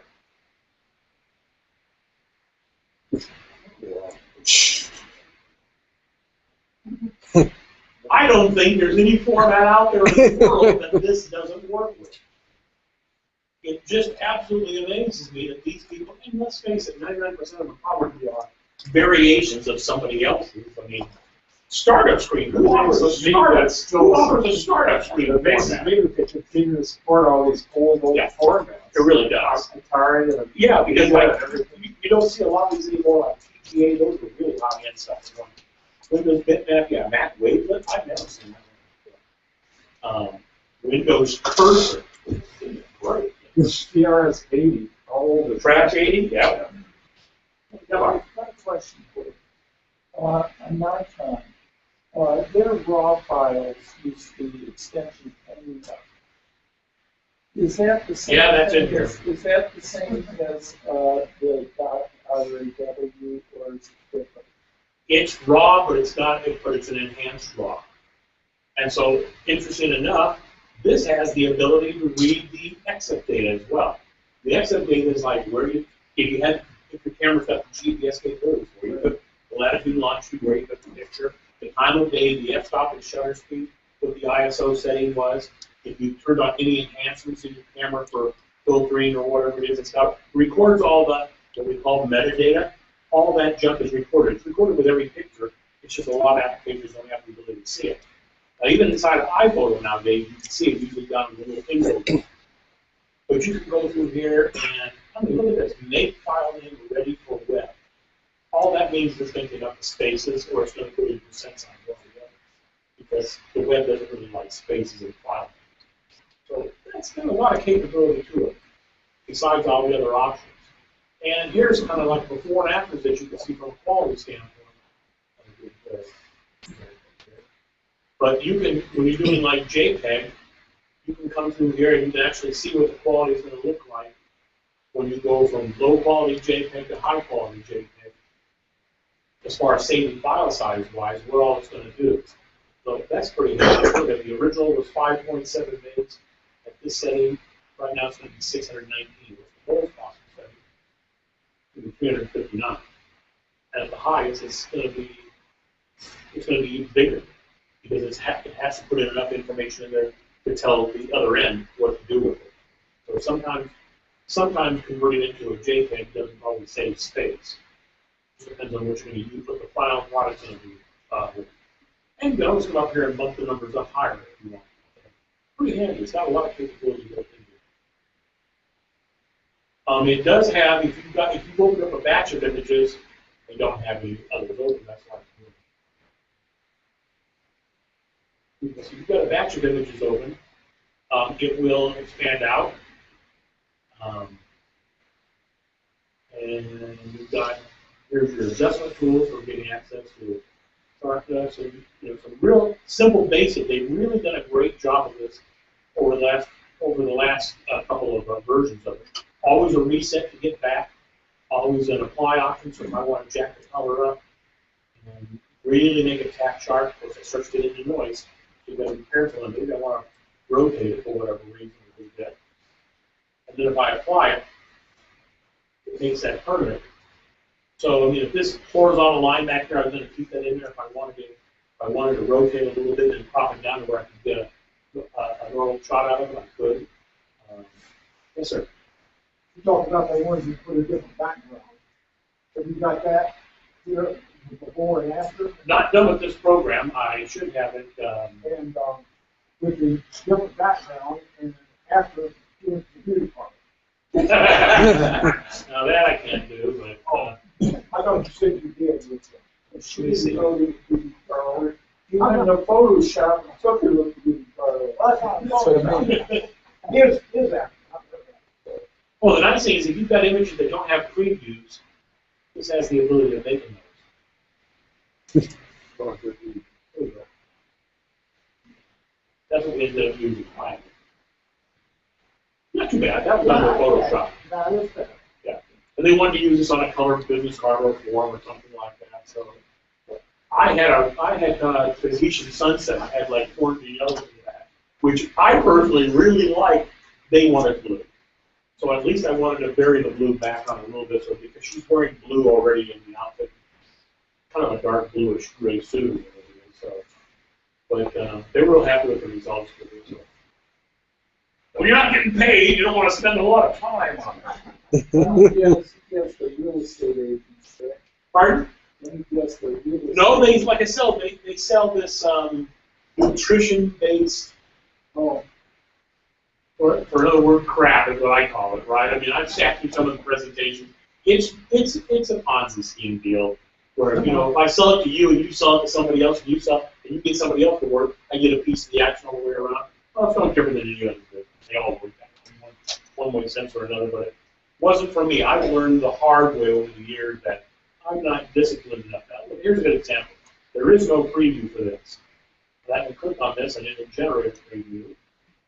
You know, it's a little icon changed on the show the actual image. Right there in the finder. So that's pretty handy that it's got that ability. You've got a slew of these. It's got a generic icon. If you click on PNG, which is a screen snapshot.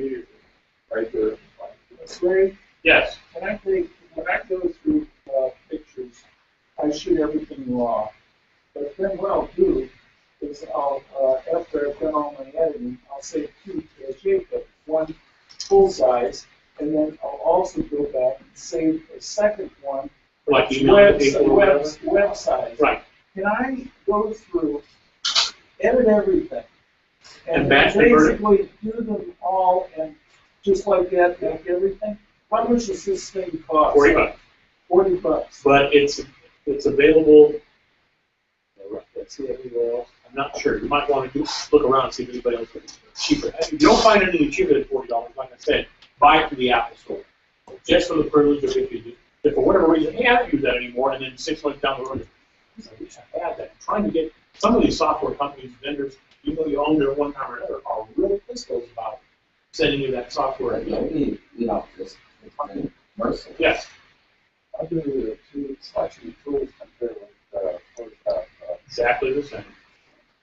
It even has layers. I didn't spend much time with it, but they did interesting things on like some of these tools. Like as an example, if I double click that one, here's where the tolerance setting is done. The gradient masks. It does. I haven't figured out how to use it yet because I haven't tried it. Well, let me just say, yes.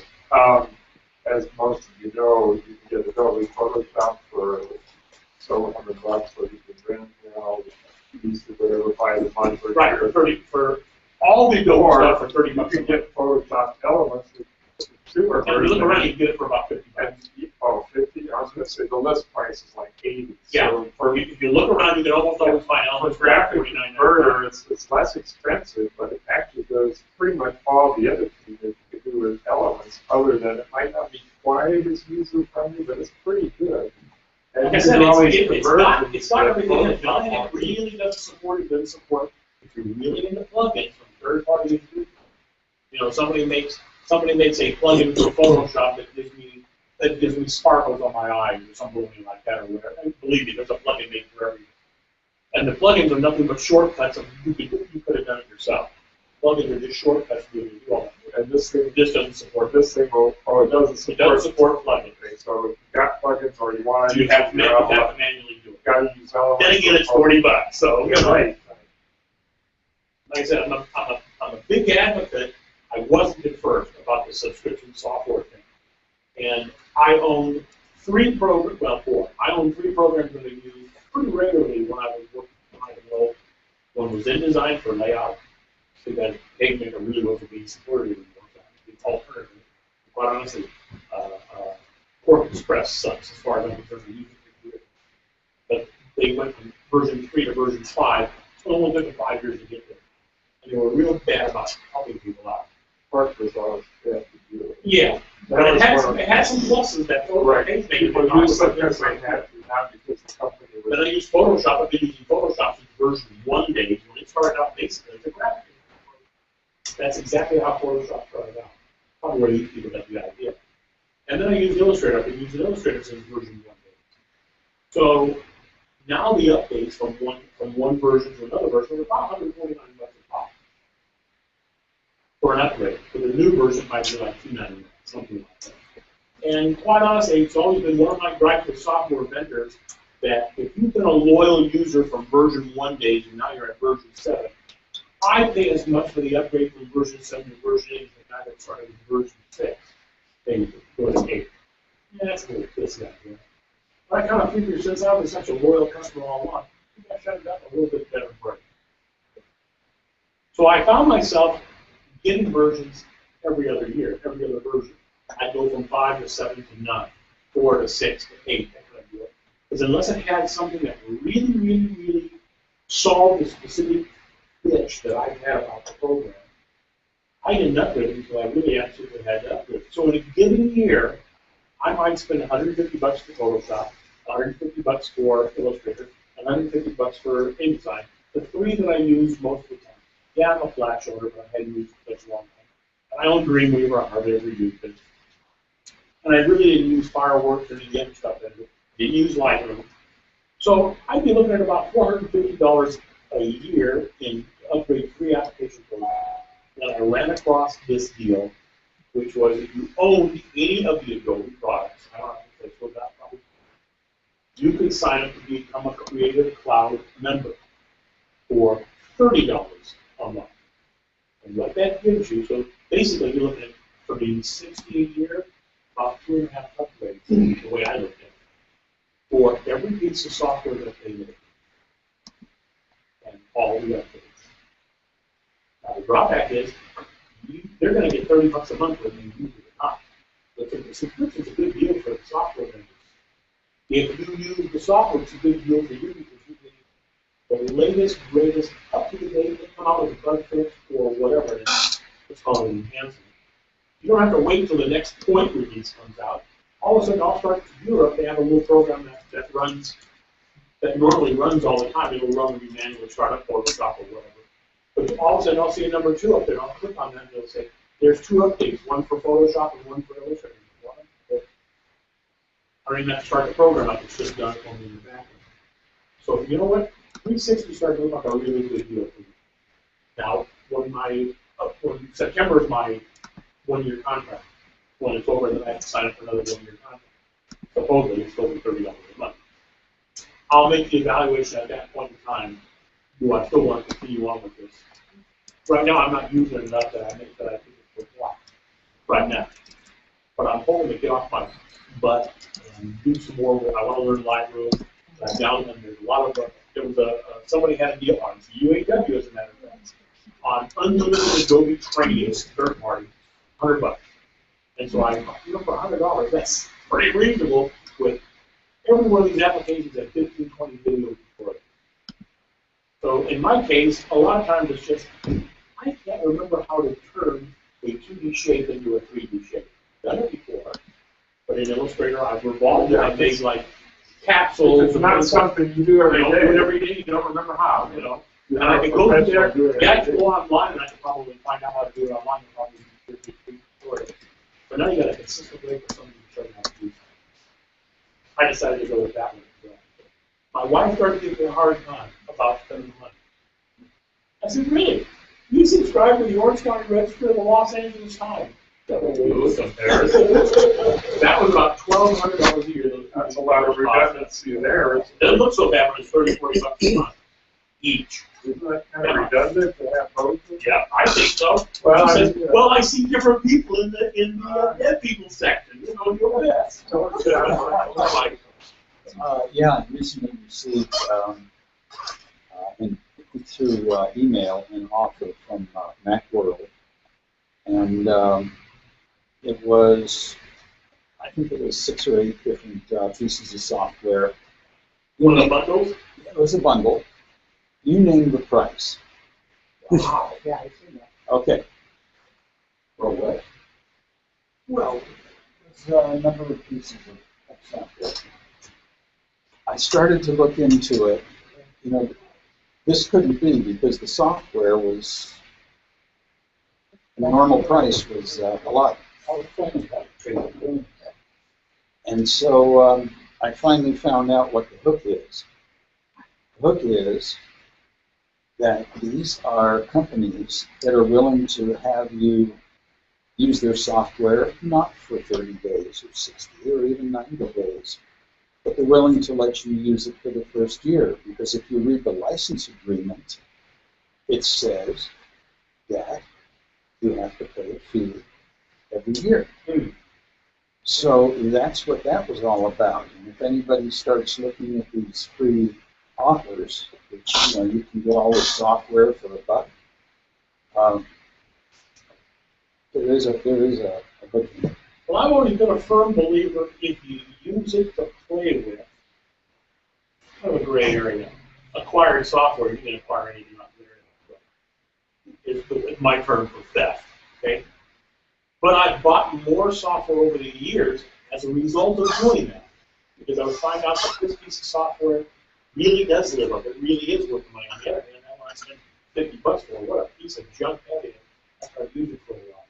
So I'm a firm believer if you make any money or use it in your job, you should pay for it. Oh, yeah. But if you're going to play with it, well, there's a lot of software that I use intermittently. I worked for Hughes Aircraft, right at the time GM bought them. And I worked in an overhead department that we did, we rented out computer time on a computer design workstation. We had about 5 or 6 different flavors of computer design workstations. And we also had AutoCAD. Back then, AutoCAD was like version 5.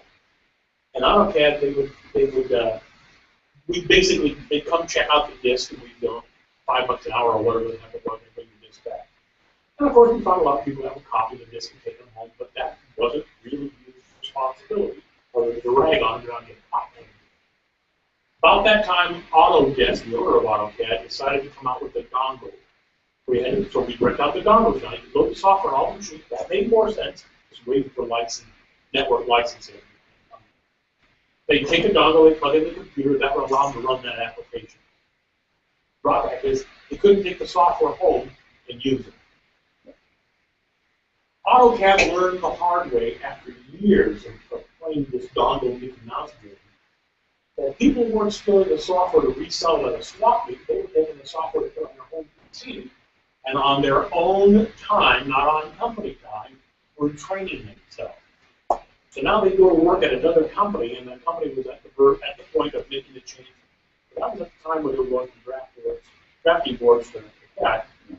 You know, the manager might say something like, "Well, we're going to go to CAD systems. What do you guys think?" "Hey, AutoCAD, I know that one."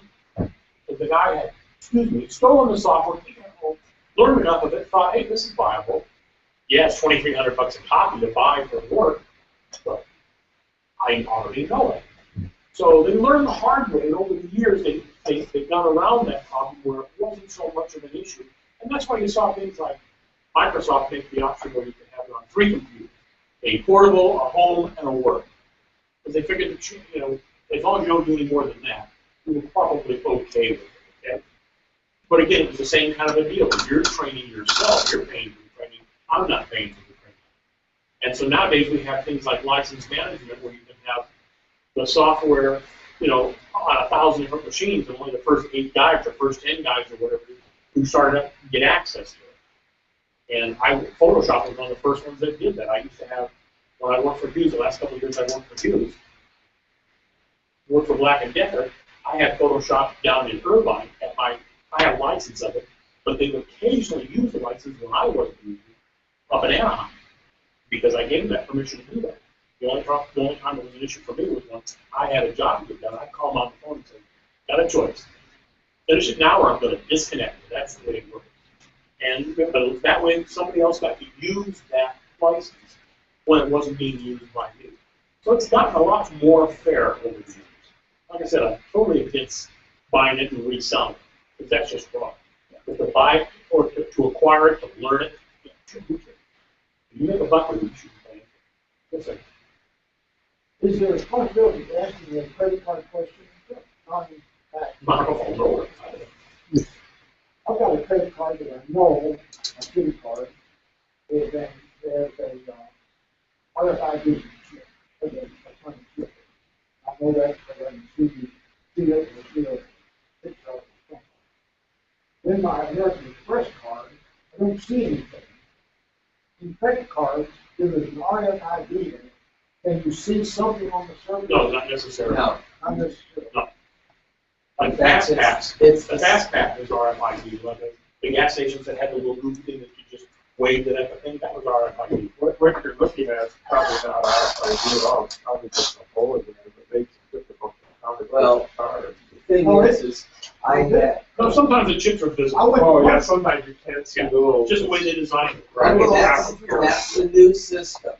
What you're showing is Oh, the yeah, new that system. one is. It's RFID, it's Yeah, always been. that's The first time I used Yeah, it yesterday, that's a smart. and they, instead of swiping it, they said, stick it in so we can read this. yeah. So that is an Because RFID. basically, with the deal with all these companies, Michaels and Target, and all our computers they hacked, so now they've switched over. Now this was done in Europe, the little tags. We're always the last. I don't know, we create some of this stuff. We're the last user. And, but what I did was, when I got my first American Express blue card, it's clear. And there was a little square, concentric squares that got smaller and smaller. And then in the middle of it was this little chip. And I said, well, I don't want that, So basically what I did was I took the center punch and I just broke the chip out, and now it's, can't be messed with. And they must have had a lot of people complain about that, so the next one I got didn't have it. And you can request that you get a card without the chip, except that the credit card companies have committed to using the chip and PIN system of 2015. So they'll all be pretty much the same.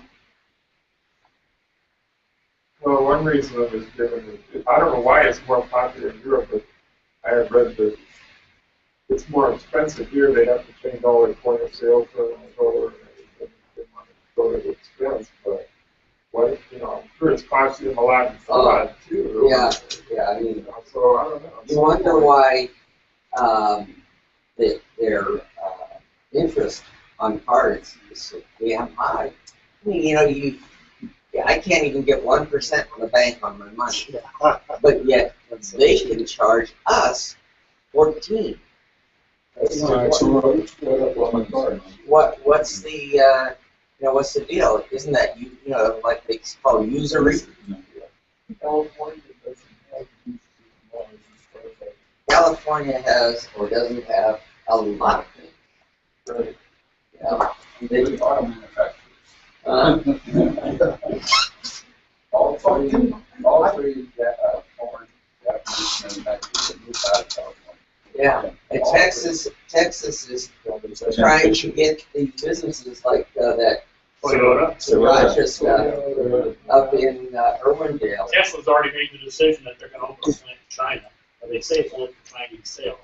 Yeah. But you know what? At some point in time, Elon Musk is going to look at it and say, "Wow, I can get the same car made over there for $30,000 investment." Especially here in California. You can spend a lot on shipping it over by slow boat for 30,000. But there's an interesting little thing that they play sometimes where they ship it over as not completely assembled and they pay it. Assembled parts. They assemble it here. One or two of those things that the dealer or somewhere where Yes. That's about the only But thing. one with global warming, that's uncertain, and because of that, we're lacking water. Okay. Well, in the past, these, I think these RFIDs can be read by people that use your credit card. Sure they can. Everything, there is no 100% secure system. Not for what anybody tells you. Nothing is 100%. I mean, You my just old have to be bill, diligent. well, I had such that I had a little, couple little pieces of aluminum foil. I put it in one pocket, and the other pocket, the middle That pocket. has to be closer. It has to be closer. You know, They can't just sit outside your. it's made to be touched or damaged. Yeah. That one has to be touched. It has to make physical contact.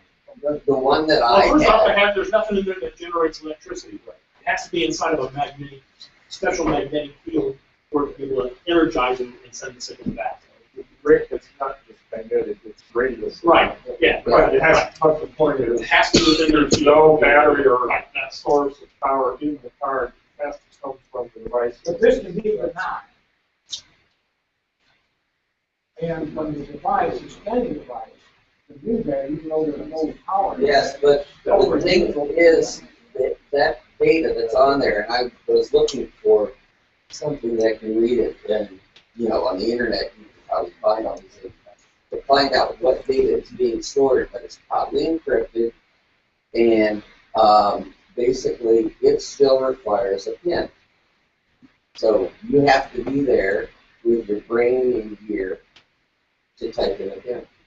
So it's I don't use, for instance, It's a form of two-factor authentication. right. You remember the PIN, you have the physical card. That's right. And the thing is, in the past, when you call up to make a bill payment or something, like I've been paying off a medical procedure that I had last year, and so what happens is they will ask me for which card. So I ask you for when it expires and the name on the card and your Ford number, American Express on the front number, and or the three numbers on the back, which people can make up. I mean, not can make up, but they can copy it right off the back of your thing. And if they have the card, Or well, see it for here's like the- a server in a restaurant. that's exactly what I was going to say. Was server in a restaurant can capture all that stuff. Whereas this thing here, you've got to be physically there. I've always gone to the fact of why can't we have a thing like that with a reader on your computer? Okay, I swipe the reader through the computer. On the card to the reader. It goes through my computer, and the person never hears the number, never. That's why I pay a lot of my bills that I have to online, is because I've got control of all those numbers. They go straight from the keyboard to their system. They don't go through a human. Because any place you've got a human, you've got a Well, not necessarily. In Europe, with the chip and PIN system, the waiter will come to your table with the check. Oh, yeah. And with this little machine, you hands you the machine. You put your card in. You put your number in with him on the other side of the machine. You can't see it. Yeah. You take your card out. It's never out of your possession. You just give him the machine back. Yeah. And that's that. Every couple of years, I have to change cards.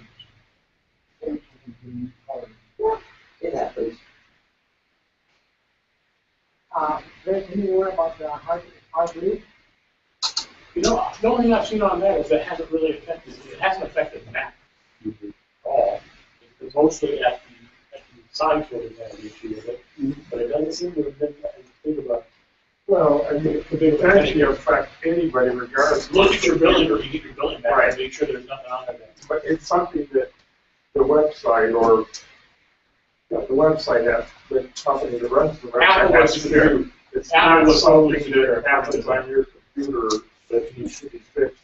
Wasn't that true, Adrian? One exception on the Apple side was the latest generation of the Airport Express, the one that's kind of a square tower, has a firmware update that fixes a Hartley Right, but related they did that like a week or two later, wasn't it? Something like Yeah, that? yeah, but I'm saying that was the one. Yeah, if anybody brings The around one how to thing. fix stuff fast, usually if it's in as a security problem. Greg, that's the express, not the extreme. I'm sorry, the Extreme, the tower. tall tower. So do I need to go get an update for mine? Or just Yeah, you have the Start one up your that's airport utility like and see this if it high. shows that there's enough. Yeah, if you go into the airport utility, it'll show a firmware update and it'll walk you through. Oh, so I don't get like my other notifications updates, it's not included in that? No. Basically, No, because they don't know what you got. applications, Airport utilities, airport utilities. airport utility. And in the settings and the preferences for airport utility, there is a way to have it tell you if there's a firmware update, but I don't think it's on by default. If you go into preferences, Greg,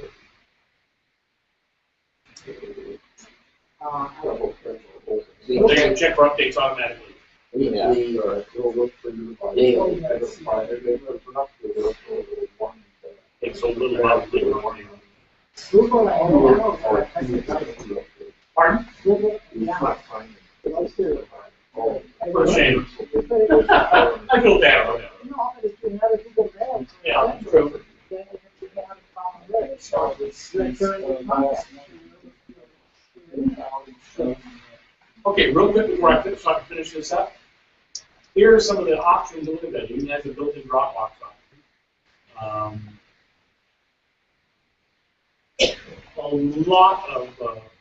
lot of options. And if you've got a scanner, you can actually scan from within the application, which is kind of handy. Or scan from a digital camera as well. Going here, if you look over here at picture, you can see it's got pretty much all the same type, just laid out a little differently, all the same kind of settings that you would find in a Photoshop or something along those lines. Same with the effects. They do have their own version of plugins. I don't believe this is compatible with Photoshop. But a lot of options for it, even for 3D comparison.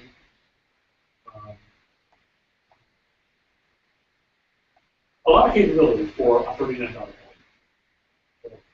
I mean, years ago when we were with the Apple II and stuff like that. We use this as a lifesaver. No, what I'm saying is these apps used to cost $100. Yeah. $50. I mean, now things are coming down because they don't have to produce a floppy disk, they don't have to produce a box. Well, there's also competition online to do a lot of this stuff. Yeah. I mean, we talked about before, there are some photo websites out there that you can go and do all the editing off the website. Basically, it uploads your photo, does all the work in the cloud, and then sends the photo back down to you. Oh, I see. Okay, any questions on graphic converter? Like I said, if you want to try it, go to Lemke, do a graphic converter search, go to Lemke. And this is, 9 is available for like Mountain Lion and Mavericks, I think Lion as well. But there's 8 and older versions. You can go, this goes back for Mac. There's places to click on for really old Mac. We can get the latest version available for it. And so get it, try it. If you decide you want to buy it and you don't already own a version of it, my recommendation is to get it from the App Store, just so you have the convenience of getting it again, or getting the automatic updates whenever that comes through on the regular weekly basis for the App Store. And also be able to pull it on multiple Macs if you got it on multiple Macs. So that's pretty cool. Any questions? Yeah, I guess when it comes to photos, can you print it, let's say black and white? I tried to print the black and white in a picture, but actually it came out funny. The back didn't come out quite black. So it was a color photograph that you're printing in black and white? No, the picture was black and white photo to begin with. and I scan it, and I try to print it. But it didn't come out black and white like the original. Kind of grayish. Yeah, I kind of vintage, with the plate. Oh, so then you might have had, you may have the option in, some printer drivers have the option to print in grayscale. And other ones will take the gray data that it sees and do its best to generate gray based on color, which isn't such a good way to go. I mean, it's better from a total range, but it's not pure black and white. So Third option, probably, I'm sorry, go ahead. Third option would be also, there are things on your printer's options where you can say print with low, low settings, so like a draft or something. So that may be an option. That could be, yeah. Yeah, I set up the black and white in the print. Oh. I can give you that option. And it looks fine and gets to the monitor, black and white. So you print it with 2,500 copies, so. And I figured that, I don't know if you really could have a special paper to print black and white. No, I wouldn't think so. But check with the options. See, you've got Epson stylus R200. That's the only one I haven't had loaded. Yeah, which is a bummer, right? Because I put in a new black cartridge, or I replaced 2 cartridges they said to replace, and nothing works now. The other colors and stuff. I was so pissed off. The reason for the R200, the reason I got it, is it has a little tray, and you can buy the printable CDs and DVDs like at Costco, and you want to make a bunch of them instead of sticking on the labels. You can print the label on with this printer, right? And they're hard to find now. So it's yeah. I used to a DVD that you like that, you like Scribe? Scribe, correct. Yeah. You can do it that way too. The only thing is kind of slow. When you use Scribe, it could take about half an hour. Yeah. To print the label on the CD. Now, with the printer you're talking about, you do it in seconds. Yeah, it's very fast. Yeah, it's a lot better. Sometimes it's like a real paper, the way you see that it's going to be printed. Exactly. Right. As far as the printer, it could be a printer that doesn't allow you to print black and white writing. Because some printers can do it because they're kind of old. And I'm just not that old, but it's still. Just wondered if Well, this particular printer, the only printer that I've got around here is my Epson. I've got 3 or 4 other printers, but hardly ever printed. But this particular, the driver that they're using here is not giving the option. Maybe it's but it's not giving me an option. A lot of times you'll get everybody. You may have an option like this, or color sync, which is Apple or Epson color controls. You may have an option like that. Print settings, right? Or color management. So you might have a choice of the kind of paper. Everything. If I specify black here, even though that's a black and white picture to begin with, that's only going to use the black. So you can't introduce any other color. Right. Print quality. What inside normal? Down at the bottom. Yeah. What's under the menu there? Well, super microwave. No. Drop down. So the right hand open it. Huh? There. Okay. Economy. See where it said economy? Yeah, that uses those little levers you can get away with. So, right. So that's good. It's great. It may be called best quality, draft, very fine print. So make sure you check all those. There's no 2 ways about it. If you print on regular paper, it ain't near as good as the photo style paper. Yeah. But it just can't absorb. It's just too narrow the surface, and it just absorbs the ink. And it's newspaper. It's a high grade newspaper, regular bond paper. Right. And if you print it on actual photo type paper, or even if you print it on either photo or glossy. A glossy photo. You get a much more realistic image. That's what I do. Yeah, okay. Well, if you're going to go through that effort, definitely pick the best possible possible quality that you can. Right. One of the things that Epson has is that super microwave is pretty fine. It'll go back over the same spots. Right. One thing for many people, they don't realize, but when they go to print something like this, they will see a print window that is a lot smaller without all these options and stuff like that. And they just go ahead and print. They don't realize on the somewhere on that page is a little triangle. And I don't see it on yours right now. But you just wait for it. Yeah. Or it could be the operating system version. Right. See, this comes down with all the options, but some of the older ones or newer ones or different ones have a little triangle right there. But here And then at the bottom what it left, does are is details. At the bottom left, it says hide details or show details. That may be it. Okay. But on some of them, they haven't gone to that, so that they're basically a little triangle. You punch that, and you get this. So it's the same. Now, see, if I'm going to print that picture, I can tell you right away, that's looking flat for my case. I'm a contract. But even in the print dialog, a lot of people don't explore where it says PDF. There's a lot of stuff you can do. Oh, they were just green with empty. Yeah, sometimes I'll just. Too many choices. Usually I play with the curves option. That's my personal choice of trying to move it. If you try the alpha channels, what will that, does that work pretty well in this program?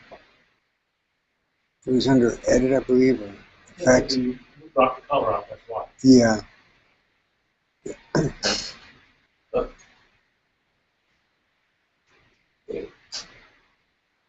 What are we going to do else? It was probably under filter. No, that's pretty good. Anyway, it's okay. Yeah, no, I'm going to say other things.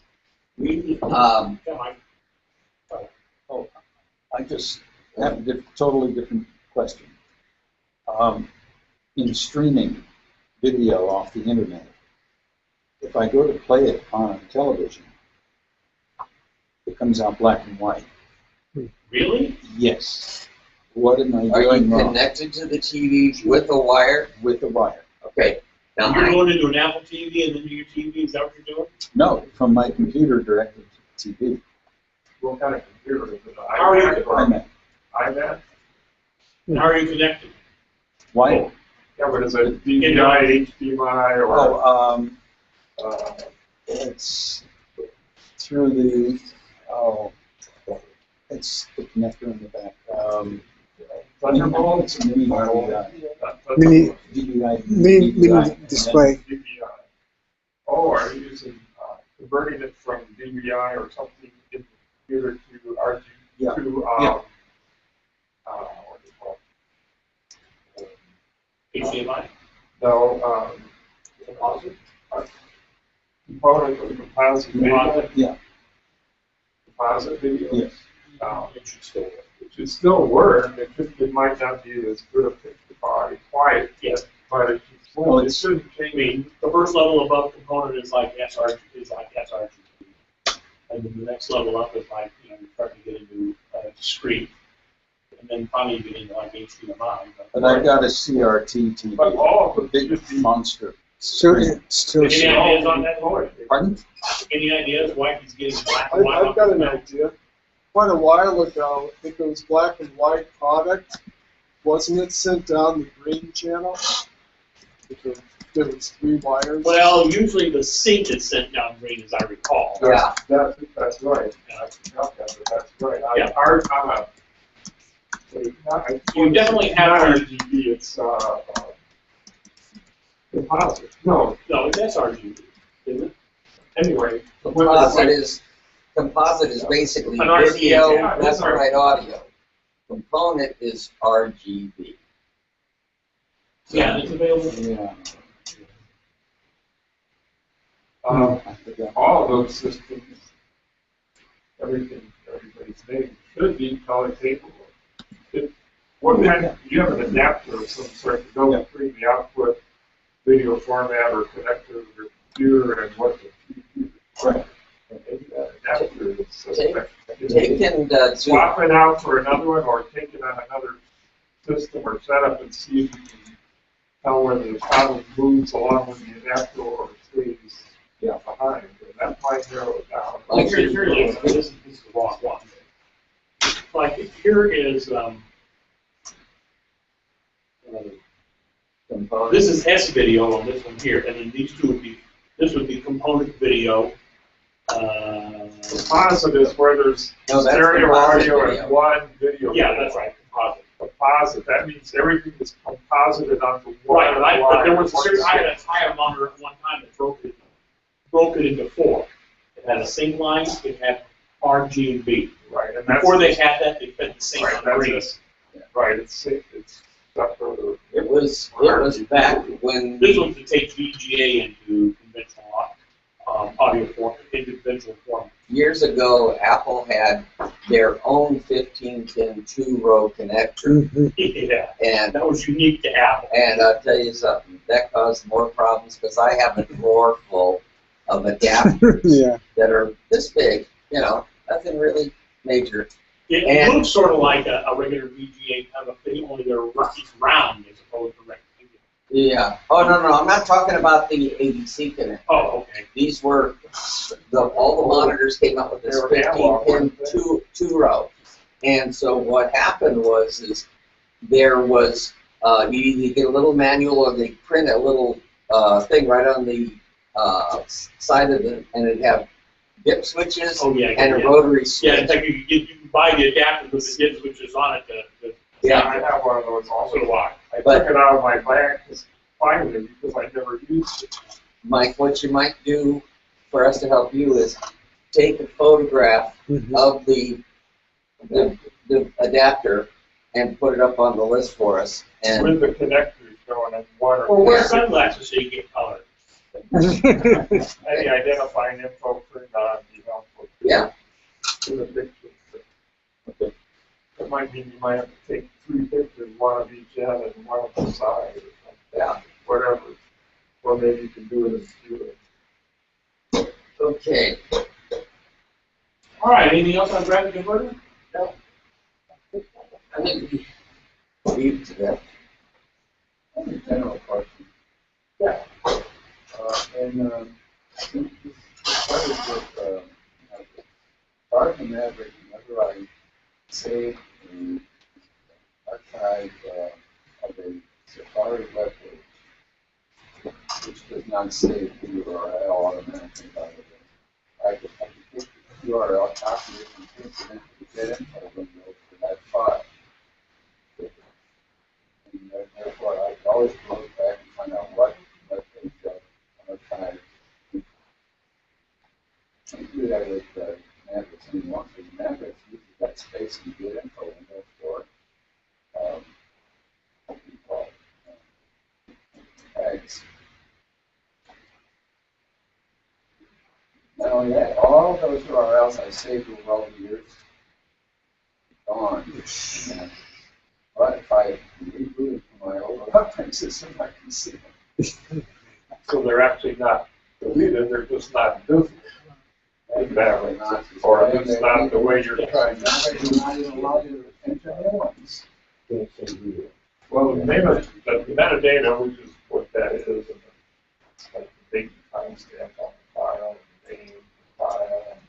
And in this case, that extra space where you put in wherever you want, like the URL, all that metadata, that's apparently getting saved, or at least that part of it. It's just not being made accessible. Try to do it. New one. Well, for one thing, everything in there is not I think the entire URL haven't got the account number not according to the tag out of it. When you go into preferences, you select the account, and there's a check mark there that says enable this account.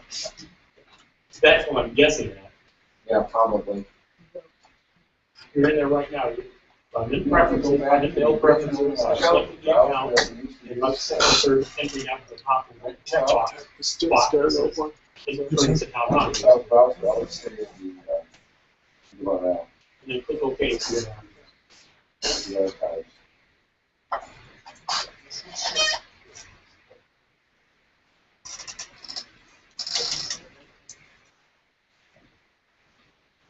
I've got a question. Yes, sir. When I drag the address information from my browser Chrome to the desktop, I get the image, and so I can click on that anytime and it brings up the browser.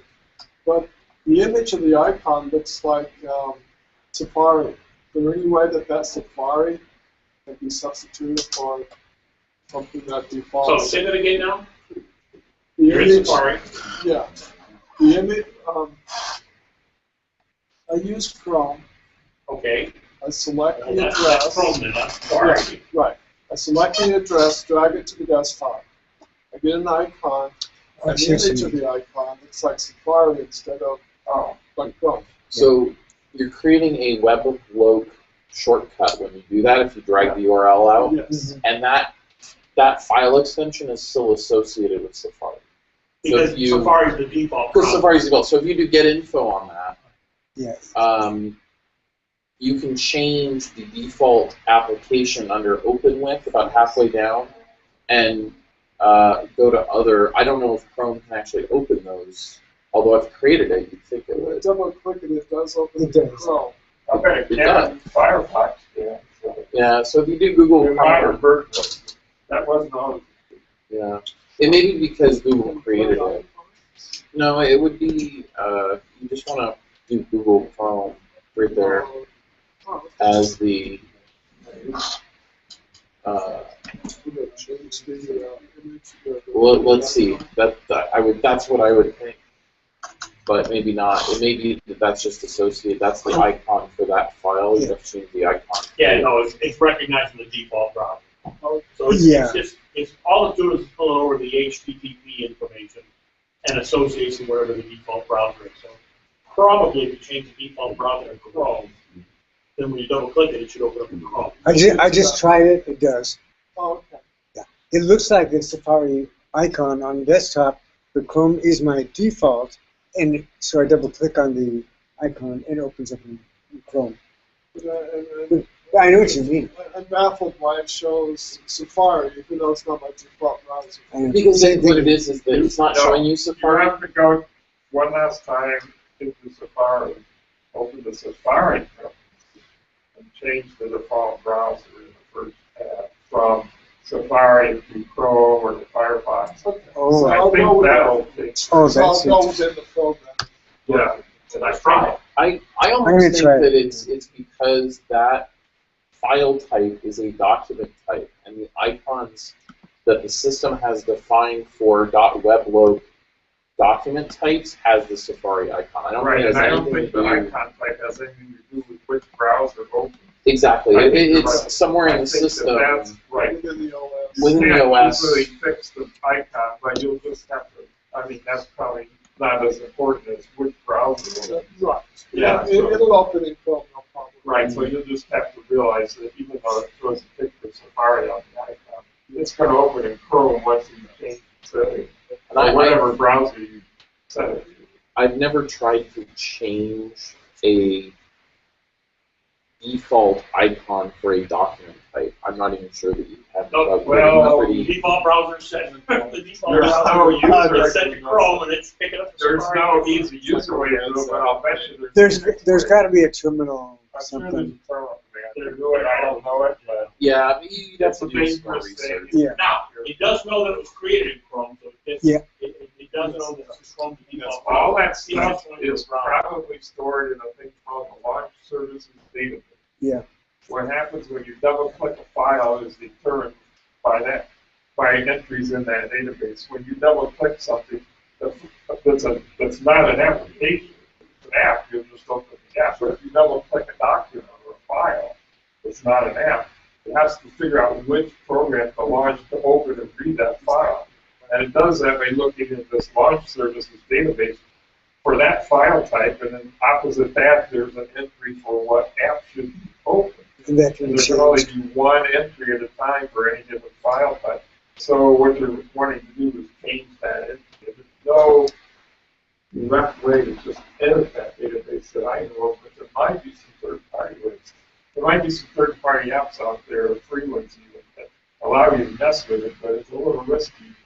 Yeah. Unless you are careful, you know where that file lives in your hard drive and you back it up first so you can always get it back. I'd love to. Yeah, but you should be able to just fix it in the, I think the Safari preferences for the default file. It's a little bit.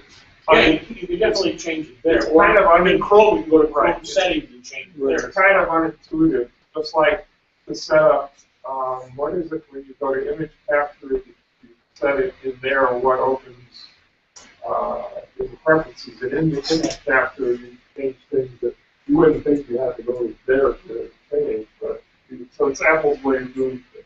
If Greg, real quick, if you go back to one of those example files we created and do get info again, there is one other thing I'll point out. The top, very top left of that is the actual image of the icon. You could do get info on Google Chrome, drag the icon into that, but you have to do it in a custom icon. Right. But all that does is overlay in the standard one. It doesn't replace it. Oh, it's about Yeah, well, no, it only it does don't it for replace that it. one file. Yeah, just I that think one. Apple is just recognizing that it's an HTTP file, and it's just automatically right, and I think adding an icon image to it. Right, I think the image is separate from what Apple. Yeah, you can't change it. The default, if you had a situation where you were trying to set something up for a family member or something and they needed to Well, know. here's a good example. I've got you know. this one, I don't know why I got the M one. But I've got 3 of these, and that's just one that paste it over. So you're doing a copy and a paste. Mm-hmm. It goes back to system 7. Yeah. That'll stay there, but if I come back and do another good info on it, and they can delete it, it goes back to the quote default that Apple chose HTTP. Yeah. You're not right there, but if it's something with, you can Well, that you can change, yeah, but that doesn't change the icon, is what we're saying. Right. But if you want to use this, from this case, you can just put it that I thought the application You can, and I think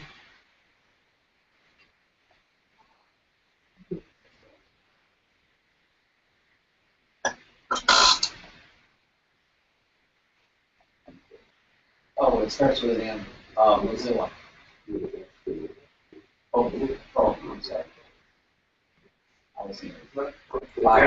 Yeah, You gotta remember it's Google, so it's under G. G. That's No, I was it's thinking. another little thing you gotta worry about. Yeah. Yeah.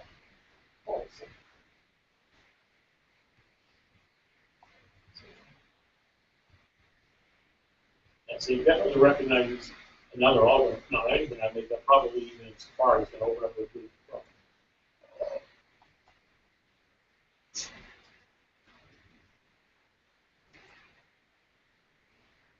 But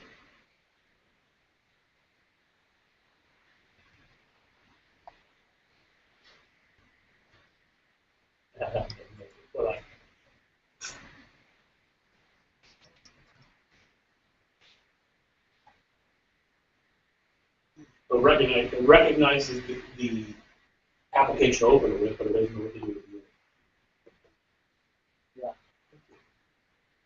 Yeah. Last month I read we were talking about how to encrypt, let's say, a TPS document you may have that you want to email or something like that. Okay. And at the time we didn't know how to do it, and we probably know. But anyway, the preview, or actually when you try to, if you have a document, the PDF file, and if you invoke the print document, just right there within that preview application, you can actually give you an option to encrypt that document.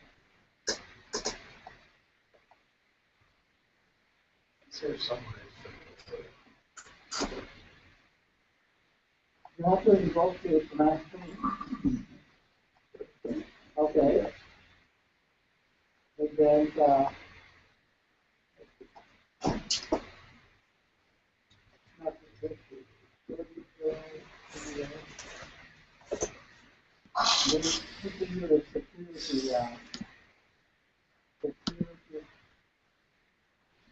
I wouldn't have thought it would be done with the print. I would have thought it would have been separate.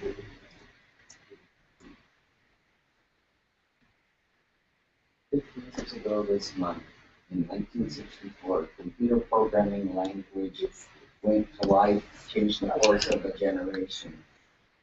Great Basic. Basic? Yeah. Bill Gates.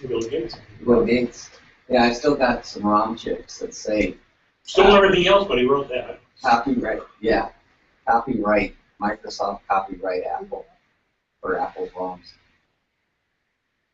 And they finally did, 1 hour ago, they announced jury orders Samsung to pay $119 million to Apple for that. But how much did it cost them to do that?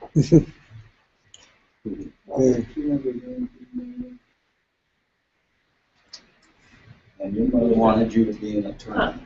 Not encrypt, but at least lock. I didn't realize it had this. Look at this, Steve. What's that? If you want to lock this document that you got open, you move the cursor up here, see the little pop-up arrow right there? Look at that. Lock.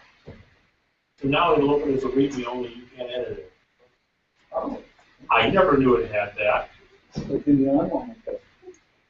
Well, what if it was done by someone else? And Well, it's not a password now. It's just to keep you from screwing. It's like making it read only. Oh, yeah, okay, so you can't screw up yours. I never knew it had that. What's that, Greg? So drop down here in the title bar here in preview. This little, when you got your cursor up there, you get this little drop down. Maybe Mavericks only. I don't know. So you can lock and unlock. It doesn't say encrypt. It says lock. So it would keep somebody from deleting it or editing it by mistake. So lock in this case is the Apple sensitive information. Yes. Not encrypted. Not But there's plenty of free encryption profiling abilities out there. In fact, there's ones that you get that half encrypted, unencrypted. I know I got one too. You folks have probably discussed this subject before, but does anyone get the sense that the innovative sense of Apple's, the new OS is coming out, may taper off a bit more with Steve Jobs missing? No. I think that's BS. I mean, It's- everybody and their it's brother tough. keeps talking about, It's not what I heard, it's just what I think. Yeah, I don't think so. Again, that's one of the reasons why I listen to Mac Break Weekly, for one thing, to talk about that all the time. About Tim Cook will come up to, we've got new exciting products or whatever it is. Said, okay, Samsung's got their version of the iWatch out right now. Do you think anybody in their right mind would want to buy something that's as klutzy as that to put it on their wrist? I think if anything, Samsung was the people to bring out tell Apple what not to do.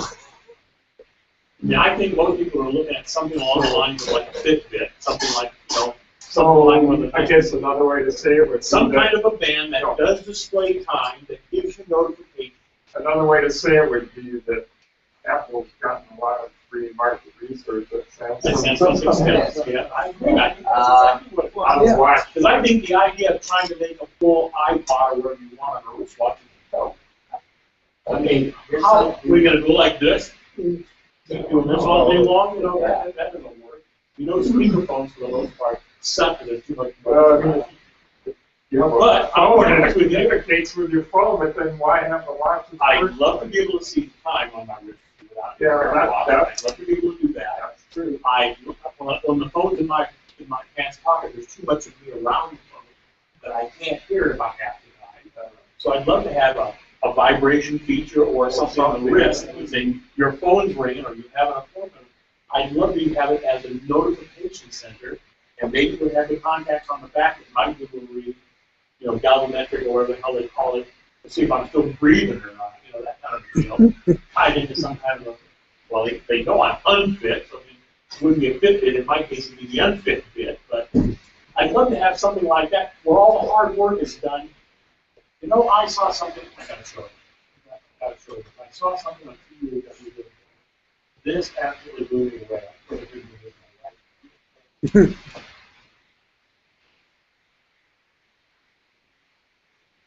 Get the name of the website right, go to the directory.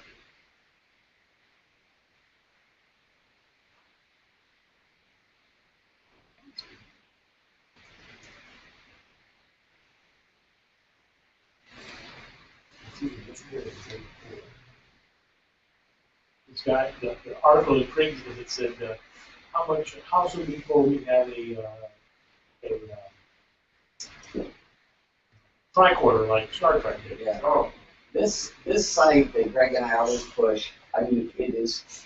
Engadget's kind of interesting too, but it's everything other than Apple. Other than Apple. But this thing, everything is something about Apple. And, you know, if you want to keep up, oh, Greg, stop. Quick set lock? Yes. Yeah, that amazes the hell out of me. What do you think of that, though? Fabulous. Yeah. I have their precursor, the one that used the actual EPOP remote. Yeah. Oh. Thumbprint remote, but I love this idea that if you've got. You think it's secure? Sure. Well, it's no more, Because it's first off, no less secure than the, well, it's a little less secure first off, than you the have to last use the one. brain, and you have Bluetooth graph, the whole one, Bluetooth graph. And you have to still touch the thing lights up or recognizes your own brain. You still have to touch it or to actually do something. So it just doesn't automatically run. So it can accidentally or deliberately be done remotely by, say, So as many iPhone 4S's and later or a stolen iPhone. can be used. It comes with 2 keys that opens with regular keys. Grandma and grandpa, because you know how good my parents are about technology. Yeah. And you also get a couple of wireless fobs you can give to the kids that don't, so they don't have to carry an iPhone around. They just carry this fob that does basically the same thing. It's in range that you can turn off the individual fobs. That you give a fob out to a contractor to work on your house, and then if you just want to give it back to you, Say what? Because that's what I was. Essentially, that's what it That's is. just what I was. Only it's actually using the Bluetooth to say, I'm here in front of my house. Let me know that I can unlock the door by you. Touch the door. Yeah, see, Greg, this is one thing I said to my wife. You know, we got that new Jeep that I was driving for a while, and it was driving me nuts. You know, I walked up, and then I got near the door handle. I hear a click, and then I just pulled the door handle, and I thought, geez, wouldn't that be nice on the house? And I saw that, and I was kind of curious about it, because I love gadgets. What's that cost? $149. Oh, is that all? But that includes the lock and everything. Yeah. It'd be like buying So a new if you're lock. buying basically a deadbolt, so I've got 2 deadbolts in the house that are right now the fob style deadbolt that I would swap out flat.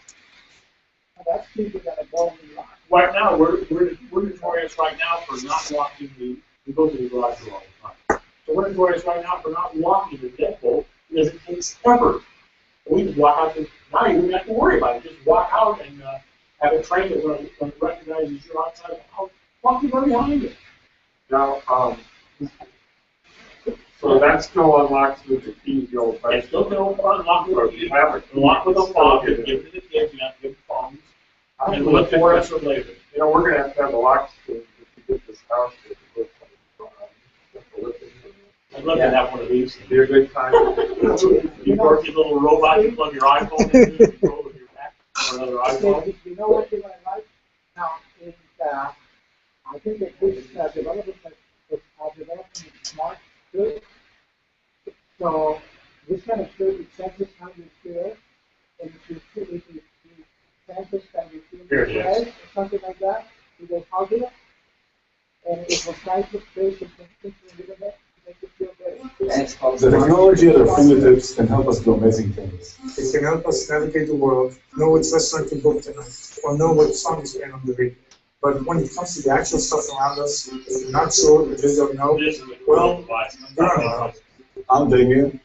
And I'm Gordon. I'm excited to introduce Cyber. Cyber is the first molecular sensor that fits in the palm of your hand. It scans the molecular fingerprint of an object and provides relevant instant information about its chemical makeup. You can use it to log the chemical fingerprint, record it, and share with your friends. My English was a way to know which watermelon is good. What is that avocado bar right now? How many calories, carbs, and proteins? That's it. My sister was working on chemical makeup of everything. Because my son has been watching galleries, and Saya uses this tiny optical sensor called spectrometer, which absorbs light reflected back from an object and breaks it down into a spectrum. The spectrum is then sent to our cloud for analysis. And our algorithms send vector results to the phone. and it's Spectrometers are used today in labs and out there, but they're too large and expensive for everyday use. To fulfill our vision, we need to make a tiny spectrometer that can be mass-produced at low cost. And we put in an amazing R&D team. We designed the sensor from the ground up, using low-cost optics and advanced signal processing algorithms. It took us 3 years and the effort of many talented engineers to create our sensor. We now have a working product in several applications and more to come. When you back this project in orderly one style, you get apps for scanning food, medicine, and plants. With these apps, you can begin exploring the world around you. With any app, the more you scan, the more SIO learns about the things you really want to know. SIO is our latest design, and we're ready to take it to mass production. What I find exciting about SIO is that it empowers us all to explore new frontiers right under our noses. You don't have to be a scientist, you just have to follow your curiosity. And every time you scan, you're helping to build the world's first database of matter. That has tremendous implications for research, for medicine, for education, for our food system, and for our environment. You can also get our development team and build applications of your own. Back our project, join our community, and start to silence. That's cutting edge technology as far as I'm concerned. Something like this is going to be commonplace in a couple of years. yeah, that was just unbelievable. What website? Well, this is at TUAW. The product's called SCIO, S-C-I-O, if you want to go. Actually, I mean, their website's very extensive. Yeah. I sent a couple links. I wanted to talk about it before we finish up. We got just a couple minutes left, I know. But they're in iMessage. I don't know if you have that on the computer. Pull them up easily. Yeah.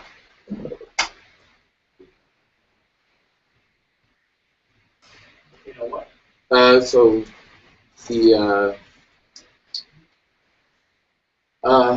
the links that I sent, if you look at. Don't forget we're going to lose our internet connection very quickly. Yes. Yes. Just Right. So okay. I'll go ahead and cut and paste these and stick them in the meeting notes. Sure. I mean, real quick, Fracture is one that you can take your photos and they print them on glass, so in color. So it's kind of a neat gift idea. They have I'm getting this ad crap on all of my browsers. Yeah, yeah. I sent you a link for what I think it is. It's a plug-in virus, but Started. Fracture.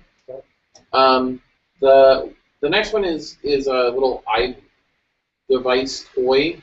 It's a little ball that has colored LEDs in it, and you can drive it around from an iPad or an iPhone using Bluetooth.